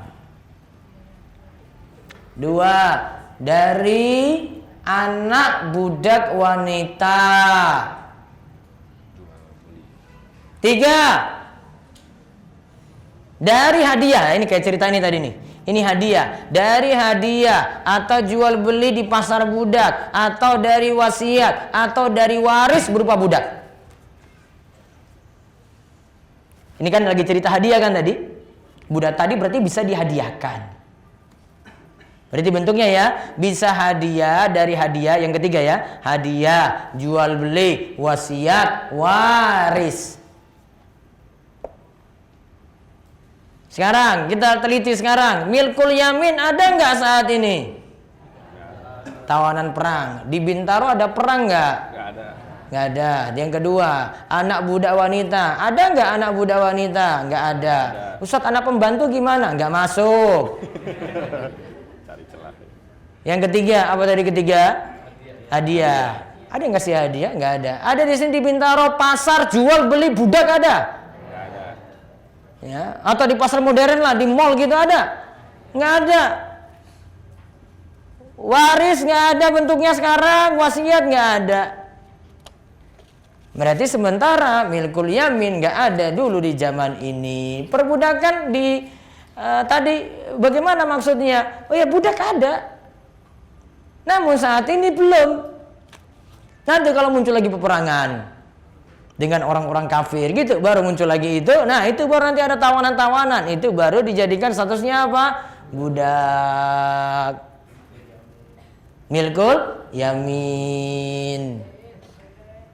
Kalau milkul yamin boleh nggak digauli? Boleh, layaknya istri. Kalau perempuan saat ini nggak boleh. Statusnya apa? Zina. Nggak usah muter-muter di disertasimu, Pak. Nggak usah jauh-jauh. Muter-muter sekolah tinggi-tinggi, ngapain? Cuma muter-muter kayak gitu, dibantah itu dengan kaidah-kaidah tadi saja. Uang milkul yamin saja nggak jelas definisinya. Zina lagi nggak jelas lagi definisinya. Boleh zina, yang penting dengan perempuan yang bukan punya suami. Dan yang penting tidak dilakukan di depan umum, di tempat umum. Ya memang dari dulu nggak di tempat umum, kok diam-diam? Iya kan? Wong Ma'is dulu itu saja berzina, kan terus terang pada Rasul. Rasul, saya ini sudah berzina ini, saya siap untuk dapatkan hukuman. Berarti dia lakukan sembunyi-sembunyi apa? Depan umum. Sembunyi-sembunyi, ngapain lapor? Kalau depan umum kan sudah ketahuan kan tadi, nggak usah Ma'is itu lapor lagi pada Rasul. Mas utarakan tadi, saya lakukan berzina gini, hukumlah saya Rasulullah, saya ingin taubat. Sama seperti seorang wanita juga yang dia dalam keadaan hamil, sudah hamil dari selingkuh zina, sudah punya suami. Lapor pada Rasul, Rasulullah, hukum rajam saya. Berarti depan umum nggak dia lakukan itu? Enggak. Kaidah fatal tadi kalau bila kayak begini. Syarat-syarat tabrakan semua itu. Nah, balik ke pembahasan tadi, itulah keutamaan dari istri Nabi Shallallahu Alaihi Wasallam yang terakhir dinikahi. Siapa namanya? Maimunah. Selesailah 11 istri. Terus di pembahasan 2 bab selanjutnya, lihat di sini tentang akidah Syiah dalam mencela istri Nabi, terutama Aisyah. Syiah itu mengincar Aisyah. Aisyah itu dituduh macam-macam. Di antara tuduhannya adalah Aisyah dituduh berzina. Naudzubillah. Itu dalam kitab-kitab mereka. Coba dilihat di sini pembahasannya. Ya, Ja'far Murtado. Ja'far Murtado dalam bukunya Hadis Al-If halaman 17 berkata, sesungguhnya kami meyakini sebagaimana keyakinan para ulama-ulama besar kami, pakar pemikiran dan penelitian, bahwa istri Nabi SAW pun berpeluang untuk kafir sebagaimana istri Nuh dan istri Lut. Dan yang dimaksud istri Nabi SAW di sini adalah Aisyah. Nah, lihat, ini pendapat Syiah yang pertama. Ditulis oleh ulamanya Ja'far Murtado. Apa kesimpulannya dari pernyataan pertama ini? Aisyah kafir. Ya, Ini perkataan Syiahnya ya. Terus di bawahnya lagi Hashim Al-Bahrani. Hashim Al-Bahrani berkata dalam tafsirnya Al-Burhan surat At-Tahrim, Syarafuddin An-Najafi berkata, diriwayatkan dari Abu Abdillah alaihissalam bahwa dia berkata dalam firman Allah Subhanahu wa taala, Daraballahu masalan lil ladzina kafaru imra'ata Nuh wa imra'ata Lut. Baca. Allah membuat istri Nuh dan istri Lut perumpamaan bagi orang-orang kafir. Perumpamaan ini Allah buat untuk Aisyah dan Hafsah karena keduanya demo terhadap Rasulullah SAW dan membuka rahasianya. Nah, karena Aisyah dan Hafsah ketika itu pernah mendebat Rasul. Karena saat itu ada dua cerita. Ada kasusnya dengan Maria Al-Qibtiyah yang budak Nabi SAW. Terus kasus yang kedua dengan Ummu Jahash. Tentang masalah hubungan Nabi dengan budaknya tadi. Kemudian Aisyah dan Hafsah mengatakan tidak suka. Kemudian kasus yang berikutnya dengan Ummu Jahash tentang masalah madu. Tentang pemberian madu. Nah, kemudian keduanya ini debat protes pada Rasul, demo pada Rasul. Dianggap ketika itu gara-gara ini kafir juga. Terus Ali dan Ibrahim. Ali bin Ibrahim Al-Qummi berkata, lantas Allah membuat perumpamaan untuk Aisyah dan Hafsah dan berkata, Allah membuat istri Nuh dan istri Lut perumpamaan bagi orang-orang kafir. Keduanya berada di bawah pengawasan dua orang hamba-hamba kami. Lalu kedua istri itu berkhianat. Demi Allah yang dimaksud dengan berkhianat tidak lain hanyalah berzina. Nah, lihat itu. Ini kata orang Syiah ya. Berkhianat di sini yang dimaksudkan adalah berzina. Padahal seluruh ulama berijma, bersepakat istri Nabi tidak boleh berzina dan tidak mungkin berzina. Itu sepakat itu. Seluruh ulama kaum muslimin itu sepakat, istri Nabi siapapun, mau istri Nuh maupun Lut, itu tidak berzina. Ya, jadi Nuh dan Lut yang disebutkan dalam ayat tadi, fakhanatahuma, mereka berdua berkhianat. Berkhianat ini bukan masalah perselingkuhan, bukan. Namun Nuh dan Lut istrinya berkhianat dalam urusan agama. Nuh, ya, istrinya itu berkhianat karena ketika itu istrinya Nuh ini katakan tentang suaminya, suami saya itu majnun. Apa majnun? Gila suami saya itu. Kalian mau ikut Nuh itu, coba Nuh itu majnun dia. Bapak mau lakukan apa kayak istri kayak begini? Hah? Nikah lagi? Terus yang ini diapain? Hah? Binasakan saya. Masa dibinasakan apa? Dibinasakan. Ya. Yang ianatnya istri Lut apa? Istri Lut itu mendukung homoseks.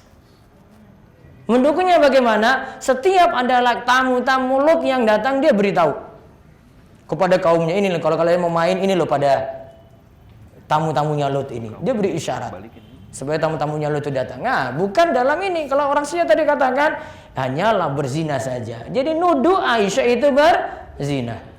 Ya, terus Niscaya akan dilakukan hukum had atas fulanah yang dia maksud adalah Aisyah atas apa yang dikerjakannya di jalan Basrah. Dikisahkan bahwa fulan yang dia maksud Tolha mencintai Aisyah. Tatkala Aisyah akan safar ke Basrah, berkatalah Tolha, kamu itu tidak boleh safar kecuali dengan mahram.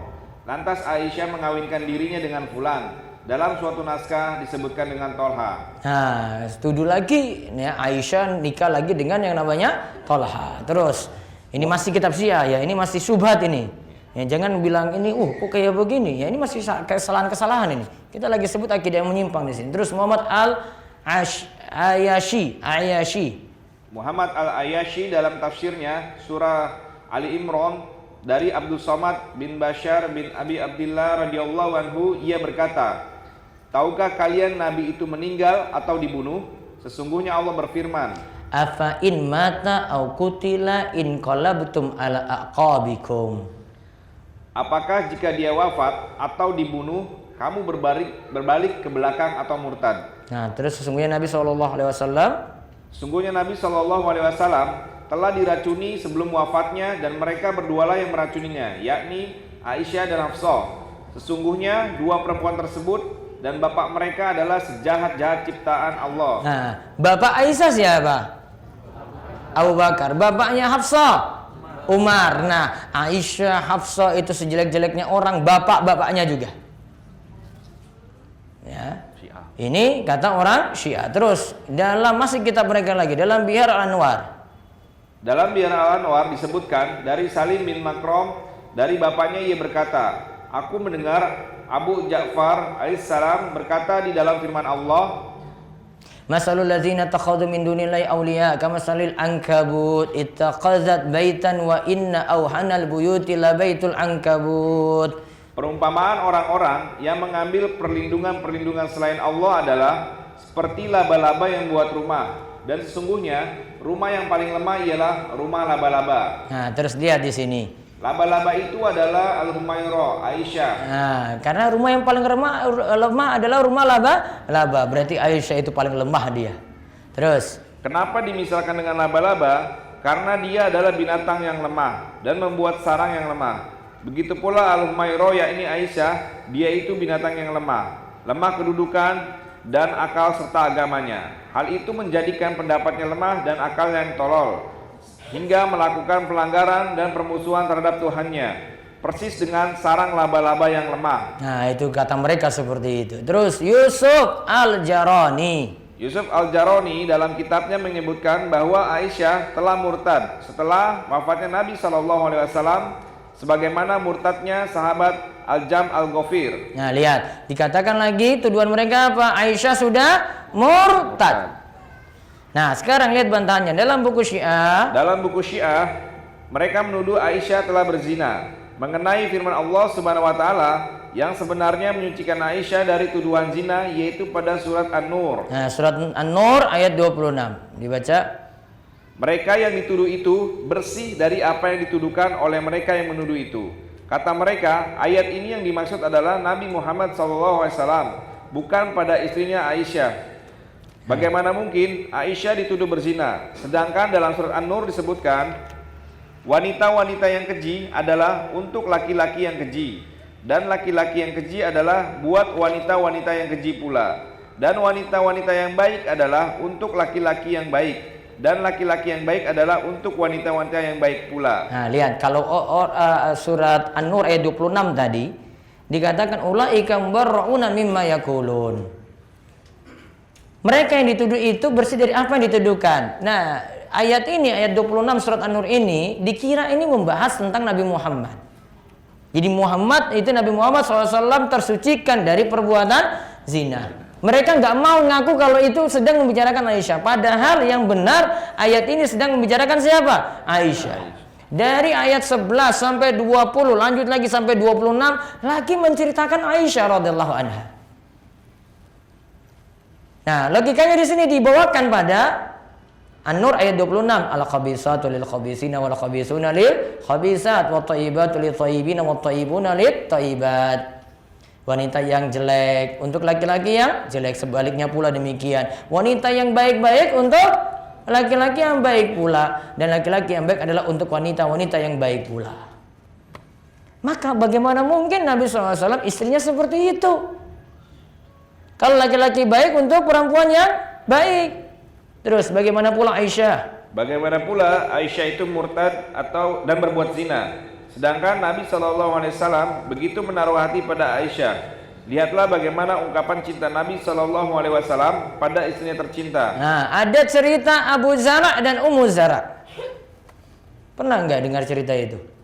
Abu Zara dan Ummu Zara. Ada dua cerita ini. Ada cerita panjang. Ini menceritakan tentang 11 wanita masing-masing curhat tentang suaminya. Dari nomor 1 suaminya itu gimana, nomor 2 itu bagaimana, nomor 3 itu bagaimana, sampai nomor terakhir. Nah, ini Abu Zara dan Ummu Zara. Abu Zara ketika nikah dengan Ummu Zara itu Masya Allah puji suaminya. Suami saya itu kayak begini. Kemudian dia sebut lagi mertua saya itu kayak begini, putra saya seperti ini, kemudian putri saya seperti ini, pembantunya lagi dia sebut, rumahnya lagi dia sebut, macam-macam. Ternyata Abu Zara ceraikan Ummu Zara, kemudian nikah lagi. Ya, nikah lagi. Kemudian kisah tersebut diceritakan Aisyah. Aisyah ceritakan tentang 11 wanita tadi sampai selesai. Rasulullah SAW itu dengar cerita itu detail dari awal sampai akhir. Yang cerita siapa? Aisyah. Itu tanda wanita itu hobi cerita. Iya kan? Hobi cerita. Laki-laki biasanya gimana? Bapak jadi suami jadi gimana? Dengar apa tidur itu? Ngantuk-ngantukan. Oh iya gitu. Iya aja kan. Nah, kita kayak gitu. Oh iya. Namun cerita tadi sudah sampai selesai itu. Mas tadi dengar apa enggak? Oh iya gitu. Cuma iya aja, belum terdengar. Ini Rasul dengar nih sampai dari awal sampai akhir. Sampai Aisyah itu katakan. Ya, Rasulullah Aisyah berkata, Rasulullah SAW bersabda, aku bagimu seperti sayangnya Abu Zar kepada Ummu Zar. Nah, aku bagimu seperti sayangnya Abu Zar kepada Ummu Zar. Ya, kisah tadi itu. Terus dari dalam riwayat lain Aisyah berkata lagi. Lain, Aisyah radhiyallahu anha berkata, wahai Rasulullah, bahkan kau lebih baik kepadaku daripada Abu Zar. Abu Zar kalah. Engkau ya Rasulullah tentu lebih baik padaku daripada Abu Zar. Kamu Nabi. Yang kedua, Aisyah itu tidak diceraikan oleh Nabi Sallallahu Alaihi Wasallam. Abu Zar ceraikan istri yang pertama. Ya, cuma gara-gara perempuan yang kedua. Nah, itu kisah Abu Zar dan Ummu Zar tadi. Nah, salah satu pelajaran di sini adalah jadi suami itu hendaklah bisa memperhatikan atau mendengar curhatan siapa? Istri. Daripada istrinya sendiri curhat pada suami orang.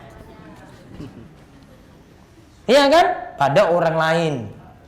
Dia mau cerita sama siapa lagi coba? Walaupun bapak cuma dengar saja itu, mau tidur-tidur coba lihat itu tadi. 1 jam mungkin cerita. Ya. Terus yang terakhir, kafirnya mereka yang mencela sahabat Nabi termasuk juga mencela Aisyah. Nah, ini kesimpulannya tentang Syiah ini. Kalau kita melihat tindak tanduk Rafidhah, baca Syiah, mereka tidaklah lepas dari mencela sahabat. Nah, tadi sudah lihat celaannya kan? Ngeri nggak tadi itu? Oh, ngeri banget. Terus, ulama-ulama mereka tidak segan-segan mengatakan bahwa Aisyah, istri tercinta Rasul SAW itu kafir dan pantas menempati neraka. Banyak literatur Syiah yang menyebutkan ajaran demikian. Bukan hanya 1 atau 2 pernyataan. Bahkan sudah menjadi ajaran pokok mereka. Nah, sifat mulia para sahabat Nabi SAW ini disebut dalam surat Al-Fatah ayat 29. Nah, langsung dilompat coba, apa saja pujian bagi para sahabat Nabi SAW, halaman 90. Pertama, mereka keras terhadap orang kafir, namun begitu penyayang terhadap sesama. Mereka yang beriman sebagaimana disebutkan dalam ayat di atas. Walladzina ma'u asyidda'u 'alal kuffari ruhama'u bainahum. Baca artinya. Dan orang-orang yang bersama dengan dia adalah keras terhadap orang-orang kafir, tetapi berkasih sayang sama mereka. Nah, lihat. Tadi ayat ini ya, ini Al-Fatah ayat 29, ayat panjang ya. Nah, di sini poin-poin pentingnya. Di situ disebutkan sifat dari para sahabat itu apa? Mereka dengan orang kafir itu keras, namun sama orang beriman apa? Berkasih sayang. Jadi berbeda menyikapinya gitu. Kalau orang-orang Syiah enggak. Yang Islam itu dibasmi itu oleh orang-orang Syiah.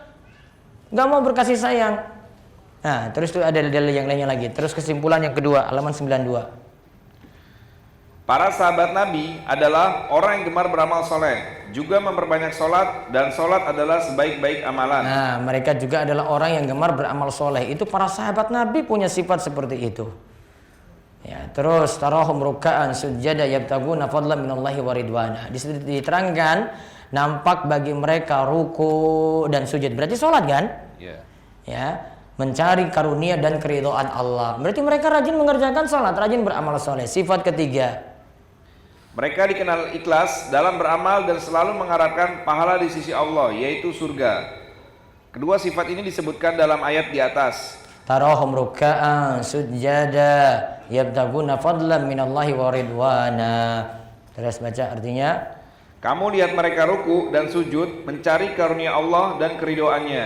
Nah, lihat. Terus yang keempat, sifat mereka lagi, sifat para sahabat. Mereka terkenal khusyuk dan tawadu. Itulah yang disebutkan dalam ayat simahum fi wujuhihim min atharis sujud. Tanda-tanda mereka tampak pada muka mereka dari bekas sujud. Ibnu Abbas mengatakan bahwa yang dimaksud adalah tanda yang baik. Mujahid dan ulama tafsir lainnya mengatakan bahwa yang dimaksud adalah khusyuk dan tawadu. Ulama pakar tafsir lainnya yaitu As-Sa'di berkata bahwa yang dimaksud adalah salat telah membaguskan wajah mereka. Sebagian salaf berkata, man kasurat sholatuhu bil lail hasuna wajhuhu bin nahar. Siapa yang banyak sholatnya di malam hari, maka akan berserilah wajahnya di siang hari. Nah, siapa yang rajin sholat malam, maka surat sholatuhu bil lail. Siapa yang rajin sholat di malam hari, maka hasuna wajhuhu, wajahnya akan bagus di siang hari. Wajahnya terlihat cerah, ceria. Terus sebagian mereka pula berkata, setiap kebaikan akan memancarkan cahaya di hati dan menampakkan sinar di wajah. Begitu pula akan melapangkan rizki dan semakin membuat hati manusia tertarik padanya. Nah, itu nampak kebaikan kayak gitu. Kebaikan itu nampak nanti pada wajah. Ketemu wajah orang-orang yang rajin ibadah, beriman, wajahnya itu enak untuk dipandang. Beda kalau wajah orang-orang yang gemar maksiat. Terus, karena baiknya hati, hal itu akan dibuktikan dalam amalan lahiriah. Sebagaimana kata Umar bin Al-Khattab, man aslaha sariratahu aslahallahu ala niyatahu. Siapa yang baik hatinya, maka Allah pun akan memperbaiki lahiriahnya. Nah, hatinya baik, imannya bagus, akidahnya bagus, lahiriahnya juga nampak bagus. Terus sifat sahabat yang kelima, halaman 94. Para sahabat dipuji oleh umat sebelum Islam dan mereka adalah sebaik-baik umat. Nah, Imam Malik rahimahullah berkata bahwa telah sampai pada beliau jika kaum Nasrani melihat para sahabat Nabi SAW yang menaklukkan Syam, mereka berkata, demi Allah, mereka sungguh lebih baik dari Hawariyin atau pengikut setia Nabi Isa alaihissalam, sebagaimana sampai pada kami. Kaum Nasrani telah membenarkan hal ini. Ini menunjukkan bahwa umat Islam adalah umat yang dalam anggapan umat-umat sebelum Islam sebagaimana termaktub dalam kitab-kitab mereka. Dan umat Islam yang paling mulia dan utama adalah para sahabat Rasulullah SAW. Oleh karena itu dalam ayat yang kita bahas di atas disebutkan, zalika masaluhum fit Taurah wa masaluhum fil Injil kazar'in akhraja syata'ahu fa'azarahu fastaqladha fastawa ala suqihi yu'jibu zurra. Demikianlah sifat-sifat mereka dalam Taurat dan sifat-sifat mereka dalam Injil, yaitu seperti tanaman yang mengeluarkan tunasnya. Maka tunas itu menjadikan tanaman itu kuat, lalu menjadi besarlah dia dan tegak lurus di atas pokoknya. Tanaman itu menyenangkan hati penanamnya. Lihat Ibnu Katsir rahimahullah berkata, demikianlah sahabat Nabi Muhammad SAW. Mereka menguatkan, mendukung dan menolong Nabinya SAW. Juga mereka selalu bersamanya sebagaimana tunas yang selalu menyertai tanaman. Tunas itulah ibarat para sahabat dan tanaman. Itulah Nabi SAW panutan mereka. Nah, sekarang lihat pembahasan kafirnya orang yang mencela sahabat Nabi SAW, termasuk istri Nabi. Setelah disebutkan sifat-sifat mulai para sahabat, kemudian Allah diperbaiki sifat-sifat mulia para sahabat. Kemudian Allah menyebutkan sifat mereka yang selalu menolong Nabi mereka SAW sebagaimana halnya tunas pada tanaman. Lalu disebutkan yu'jibu zurra'a liyaghidha bihimul kuffar. Tanaman itu menyenangkan hati penanamnya karena Allah hendak menjengkelkan hati orang-orang kafir. Nah, orang-orang kafir benci pada siapa? Pada sahabat. Berarti yang benci pada sahabat hanya orang-orang kafir saja. Kalau mencela para sahabat sama. Benci pada para sahabat kafir dia. Maka yang mencela para sahabat nuduh yang bukan-bukan kafir pula. Maka Imam Malik di bawahnya mengatakan, beliau mengkafirkan Rafidah, Syiah, di mana mereka menaruh kebencian pada para sahabat. Imam Malik berkata, lihat Imam Malik berkata, li'annahum yughidhunahum wa man ghadha as-sahaba fa huwa kafirun li hadhil ayah. Karena para sahabat membuat hari mereka jengkel. Dan siapa yang jengkel atau murka pada para sahabat, maka ia kafir berdasarkan ayat ini. Kan ayatnya bilang tadi, siapa yang benci pada sahabat, itu cuma orang-orang kafir. Maka orang-orang Syiah benci pada sahabat, kafir dia. Terus sekelompok ulama sependapat dengan Imam Malik dalam hal ini. Juga banyak hadis yang menunjukkan keutamaan para sahabat dan larangan mencela mereka sebagai pendukung. Cukup dengan pujian dan ridha Allah atas mereka sebagaimana terbukti dalam ayat ini. Terus pujian tinggi pada para sahabat. Pembahasan terakhir, ini lihat setelah kita lihat bagaimanakah akidah Syiah, kemudian kita lihat sahabat yang dicela ini malah yang mencela yang dikatakan kafir. Nah, sekarang kita lihat hadis-hadis atau dalil yang menunjukkan keutamaan para sahabat. Di akhir ayat Allah menyebutkan pujian tinggi pada para sahabat. Wa'adallahu alladhina amanu wa 'amilus sholihati minhum maghfiratan wa ajran 'azima. Allah menjanjikan kepada orang-orang yang beriman dan mengerjakan amal yang soleh di antara mereka ampunan dan pahala yang besar. Siapa saja yang mengikuti para sahabat dan sifat mulia mereka, ia akan mendapatkan keutamaan demikian. Kami tutup tulisan ini dengan sabda Nabi SAW. La tasubbu ashabi falau anna ahadakum anfaqa misla uhudin zahaban ma balagha mudda ahadihim wala nasifahu. Janganlah kalian mencela sahabatku. Seandainya salah seorang di antara kalian menginfakkan emas semisal gunung Uhud, maka itu tidak bisa menandingi satu mud. Nah, mud gini mud.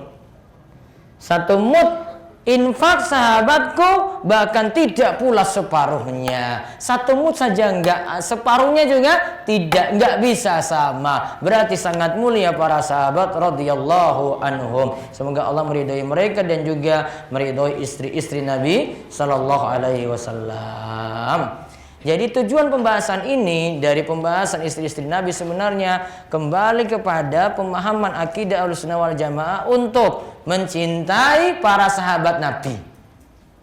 Itu kunci utamanya. Jadi kita itu mempelajari para sahabat, istri-istri beliau supaya punya rasa cinta pada mereka.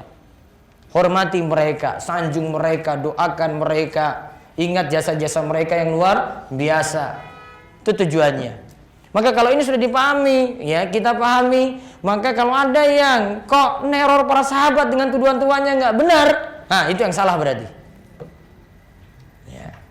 Jadi kita pelajari dulu, ya. Baru di endingnya nanti, oh lihatin ini orang-orang yang salah kayak gini, kok celah para sahabat, nuduh yang nggak benar, nuduh zina dan macam-macam. Nah itulah yang salah. Nah, jadi sebenarnya pembahasan kisah ini bukan hanya sekadar kisah, namun kembali juga pada pembahasan akidah. Dan itu dimasukkan dalam akidah para ulama, buku akidah para ulama, ya, di berbagai macam kitab akidah singgung tentang masalah sahabat Nabi Shallallahu alaihi wasallam. Ini selesai, insyaallah untuk kesempatan berikutnya kita akan bahas kitab dasar. Ini orang Bintaro ini ngaji dasar aja lah, nggak usah tinggi-tinggi. Ya. Belajar dasar, saya akan bahas pembahasan akidah tentang 3 pertanyaan kubur. Ya, yang ini dibahas dalam kitab Syekh Muhammad bin Abdul Wahhab, namanya Salasatul Usul. Bagi yang sudah pernah pelajari, kita ulang bareng-bareng. Saya nanti butuh papan tulis saja untuk nulis faedah-faedahnya. Karena saya buat nanti dengan tulisan. Ada yang perlu diterangkan rinci, saya butuh papan tulis. Jadi ada rincian-rincian. Bukunya kecil saja. Namun kalau bapak ibu-ibu nggak paham kitab ini, ya untuk mempelajari kitab yang lebih tinggi sulit. Ya, kitab yang lebih tinggi itu sulit. Maka saran saya bisa ikuti ini secara bertahap. Kitabnya kecil saja. Ini lebih kecil daripada ini. Ya, lebih kecil daripada ini. Cuma matanya itu sedikit.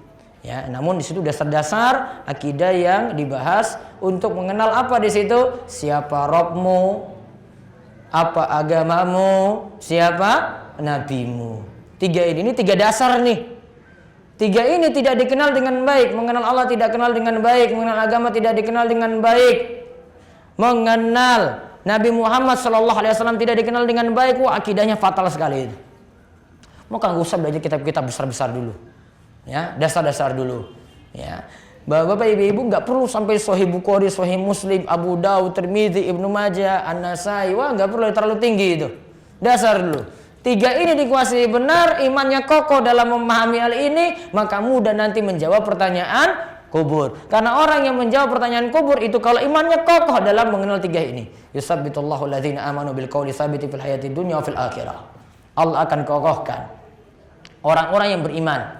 Ya, orang-orang yang beriman dengan perkataan yang kokoh. Di antara tafsirannya apa? Jawab pertanyaan kubur. Bil qauli sabit. Ketika malaikat Munkar dan Nakir nanya pertanyaan kubur, man rabbuk wa ma dinuk wa man nabiyuk? Siapa Rabbmu? Apa agamamu? Siapa nabimu? Iman yang kokoh. Mudah itu tadi jawab pertanyaan kubur. Paham ya? Nanti insyaallah di Kamis, ini Kamis keberapa? Kamis ketiga nanti insyaallah di bulan depan. Baik, demikian. Sekarang saya jawab beberapa pertanyaan. Saya berusia 49 tahun, mungkin memasuki pra-menopause. Haid tidak teratur, kadang 2 bulan atau 3 bulan tidak haid. Setelah itu haid sampai 20 hari. Bagaimana sholat saya? Kalau pakai pendapat Syekh As-Sa'di yang tadi saya sebut, maka haid itu tidak dibatasi, minimal tidak dikatakan 1 kali 24 jam, tidak. Ya, tidak dibatasi maksimalnya. Kalau dalam mazhab Syafi'i itu 15 hari maksimal. Setelah 15 hari itu nanti jadi dam fasad, yaitu darah kotor. Namun yang tepat di sini adalah kalau dapati haid, maka sikapi itu sebagai haid. Selama itu tidak sholat. 1 hari dia dapati, maka tidak sholat 1 hari. 2 hari dapati, tidak sholat itu 2 hari. Karena di sini siklusnya sudah tidak rutin lagi. Beda kalau punya siklus rutin. Ya, sekarang sudah mau menjelang menopause, maka haidnya itu terganggu, maka kapan dapat haid dianggap haid. Ya, kalau tidak dapat haid artinya berhenti, walaupun setelah 20 hari tadi maka dianggap seperti itu. Kecuali kalau lebih daripada 1 bulan. Nah, ini yang para ulama langsung dihukumi itu adalah istihadah. Wallahu a'lam. Jadi kalau dapati darah maka tidak sholat. Kalau tidak dapati darah lagi karena sudah ada tanda berhenti maka kembali lagi sholat. Bagaimana bila ada orang tua yang memiliki 2 anak perempuan, kemudian telah memberikan rumah kepada masing-masing anak tadi sebagai hibah. Namun karena keterbatasan dana rumah tersebut belum dibuat akta hibahnya. Apabila orang tua meninggal, apakah rumah tersebut menjadi warisan karena masih atas nama orang tua? Kalau ini diberikan jauh-jauh hari sebelum meninggal dunia dan bukan niatannya mau dibagi saat meninggal, berarti masih hibah. Namun syarat hibah ada. Ya, syarat hibah kalau sebagian pendapat ulama itu nyatakan hibah ada yang nyaratkan itu dibagi bebas, tidak pakai aturan waris. Ada yang nyatakan baiknya itu memakai aturan waris. Laki-laki dapat 2 kali daripada perempuan. Namun wallahu alam hibah tidak terkait dengan itu, tidak terkait dengan waris. Jadi itu dibagi hibah biasa, terus nanti untuk waris nanti dibagi sendiri.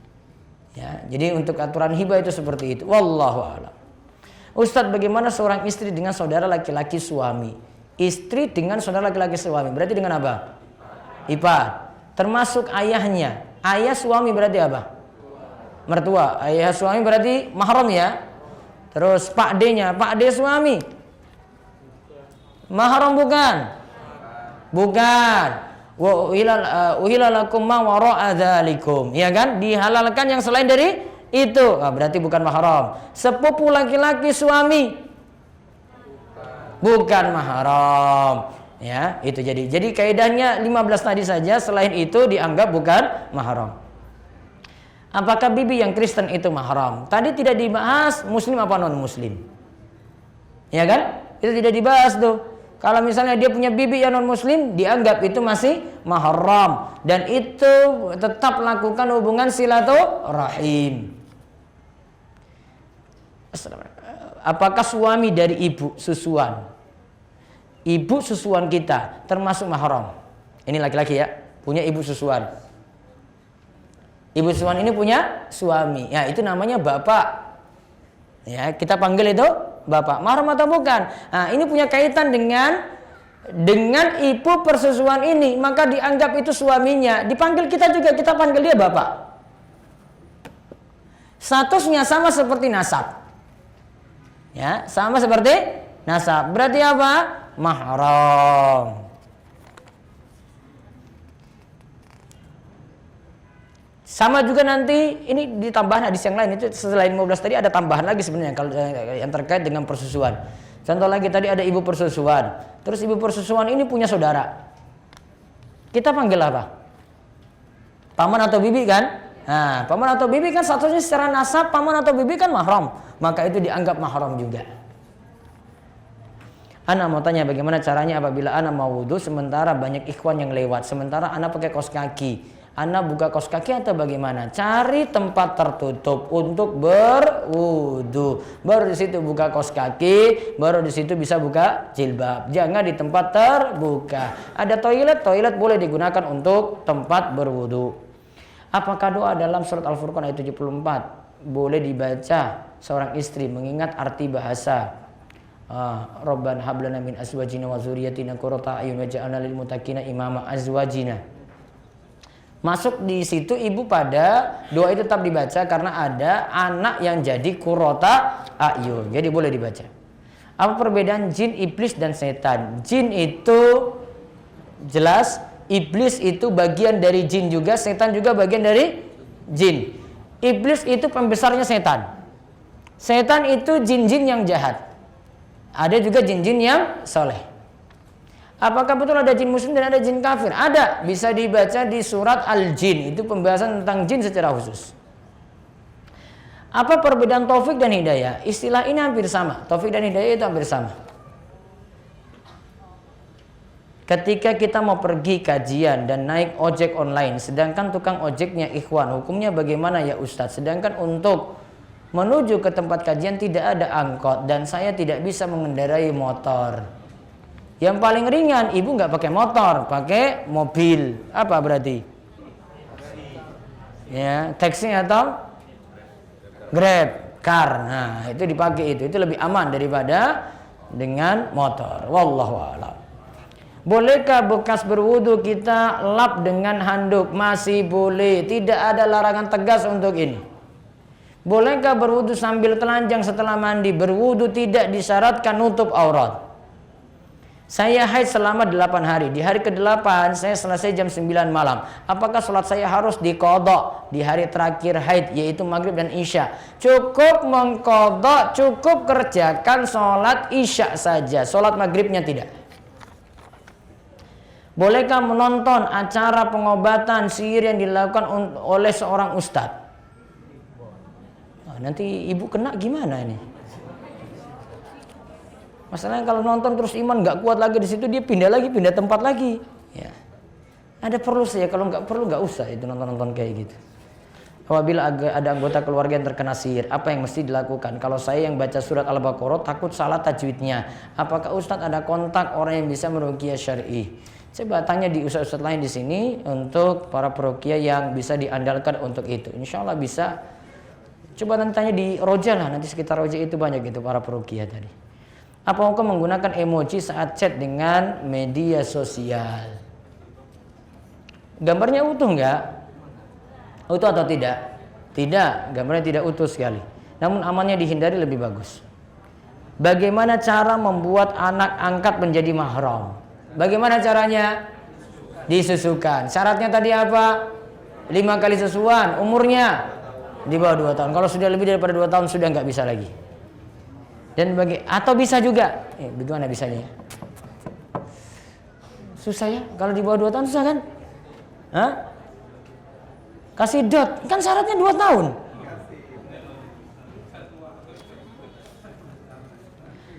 Dulu ketika belum paham saya pernah donor ASI kepada bayi yang membutuhkan. Hanya via chatting dan tidak bertemu langsung dengan orang tua si bayi. Sekarang saya kehilangan kontak orang tuanya, tidak pernah tahu kabar mereka. Bagaimana sebaiknya Ustadz? Nah, itu jadi anak persusuan itu kalau sudah 5 kali susuan. Kalau itu di bawah 2 tahun. Saya khawatir ternyata anak saya nanti menikah dengan mahramnya. Mudah-mudahan enggak lah. Bagaimana tata cara berwudu untuk orang yang sudah tua yang cuma di tempat tidur aktivitasnya dan memakai pampers? Kalau dia bisa berwudu, tetap berwudu walaupun di tempat tidur. Kalau tidak bisa berwudu sendiri berarti diwudukan. Kalau ada halangan nggak boleh gunakan air, dilarang oleh dokter, maka tayamum. Kalau nggak bisa tayamum sendiri, ditayamumkan. Bagaimana dalam kondisi seseorang itu yang memiliki balita, si balita muntah dan mengenai pakaian ibunya, apakah termasuk najis juga Ustadz bagi ibunya? Dirinci 2 tadi ya. Kalau yang keluar itu sama dengan yang masuk, seperti susu keluar susu lagi, najis atau enggak tadi? Tidak najis. Namun kalau yang masuk itu kemudian berubah keluar sudah rusak dan berbau gitu, maka dihukumi apa? Najis. Namun kalau jumlahnya sedikit, dimaafkan. Apakah hukumnya bila seorang laki-laki mengantarkan seorang wanita yang bukan mahramnya, supir Grab, hanya mengharapkan upah uang semata? Namun bagaimana hukumnya jika wanita tersebut duduk di sebelah kursi supir, perempuannya di belakang, enggak di samping supir, nanti dikira suaminya. Ipar itu boleh bersentuhan enggak saat salaman? Boleh enggak tadi? Diperlakukan seperti wanita lain, ya kan? Dengan ipar kan? Diperlakukan seperti wanita lain, berarti tidak boleh bersentuhan. Istrinya paman mahram bukan? Bukan mahram. Masuk tadi ya. Uhilla lakum ma wara'a dzalikum, dihalalkan yang selain dari itu, berarti bukan mahram. Bagi wanita, apakah saudara kakek dan nenek juga merupakan mahram? Itu masuk paman. Itu masuk istilah paman. Jalur ke atas saudara-saudaranya itu masuk istilah paman sama bibi. Masuk. Apakah ada cara bersuci yang khusus bila terkena najis, darah, luka, dan nanah? Tidak cukup darah tadi disucikan, nanah tadi disucikan. Namun kalau sedikit, dimaafkan. Berapa ukuran sedikit atau banyaknya Ustaz? Dari urf kita pandang ini sedikit, ini pandang banyak, itu bisa dilihat. Oh ini banyak sekali, ini numpuk, ini darahnya itu najis berarti. Kalau sedikit, dimaafkan tadi. Misalnya cuma tetesan di sini saja, dimaafkan. Mau dihilangkan silakan dihilangkan. Kenapa Syiah benci sekali kepada Aisyah? Tanya pada mereka. Kok bisa benci banget gitu loh? Salah Aisyah itu apa padamu gitu? Ya, kok pada Abu Bakar, Umar juga? Enggak tahu mereka itu. Kok bisa punya akidah yang rusak kayak gitu? Kalau anak laki-laki dari kakak suami, anak laki-laki dari kakak suami, suami punya kakak toh, terus punya anak laki-laki. Ini maaf, ini si perempuan punya suami, suami ini punya kakak, kakak ini punya anak, apa disebut? Ponakan tapi dari suami. Saya akhwat, iya ini akhwat dari akhwat ya, ini akhwat. Ini suami, suami punya kakak, kakak ini punya anak. Berarti dengan suami apa? Keponakan. Berarti ini keponakan dari suami. Mahram bukan? Masuk dari 15 enggak tadi? Enggak. Berarti bukan mahram. Karena enggak keponakan langsung. Yang disebut tadi keponakan langsung. Saya berniat membantu keponakan saya yang susah membayar uang sekolah, tetapi kedua orang tuanya sendiri tidak peduli dengan kondisi demikian. Sebaiknya saya dan suami harus bersikap bagaimana? Nasihati orang tuanya, kemudian kalau memang butuh tetap dikasih bantuan, namun sambil menasihati orang tua. Adik perempuan saya sudah wafat. Saya menjaga jarak dari ipar laki-laki, berarti mantan suaminya ya. Benarkah sikap saya? Tapi saya kerap sayang kepada anak-anak mereka. Mohon penjelasan dan nasihatnya. Boleh aja dekat dengan anak-anaknya boleh, namun dengan iparnya, dengan ipar, nah ini yang masalah, gitu aja. Wallahu a'lam. Ini yang kita bahas, mudah-mudahan bermanfaat. Insyaallah nanti Sabtu juga ada kajian kami di Tanah Kusir dan ada lagi di MJS bahas hadis arba'in dan kitab tauhid. Demikian kami cukupkan, mudah-mudahan jadi limpahan ilmu dan Allah terus membimbing kita pada amal soleh, memiliki akidah yang lurus, semakin mencintai para sahabat dan istri-istri Nabi sallallahu alaihi wasallam, dan mudah-mudahan kita istiqomah dan diberikan husnul khotimah. Demikian kita cukupkan, kita tutup dengan doa kafaratul majlis. Subhanakallahumma bihamdika asyhadu an la ilaha illa anta astaghfiruka wa atubu ilaik. Assalamualaikum warahmatullahi wabarakatuh.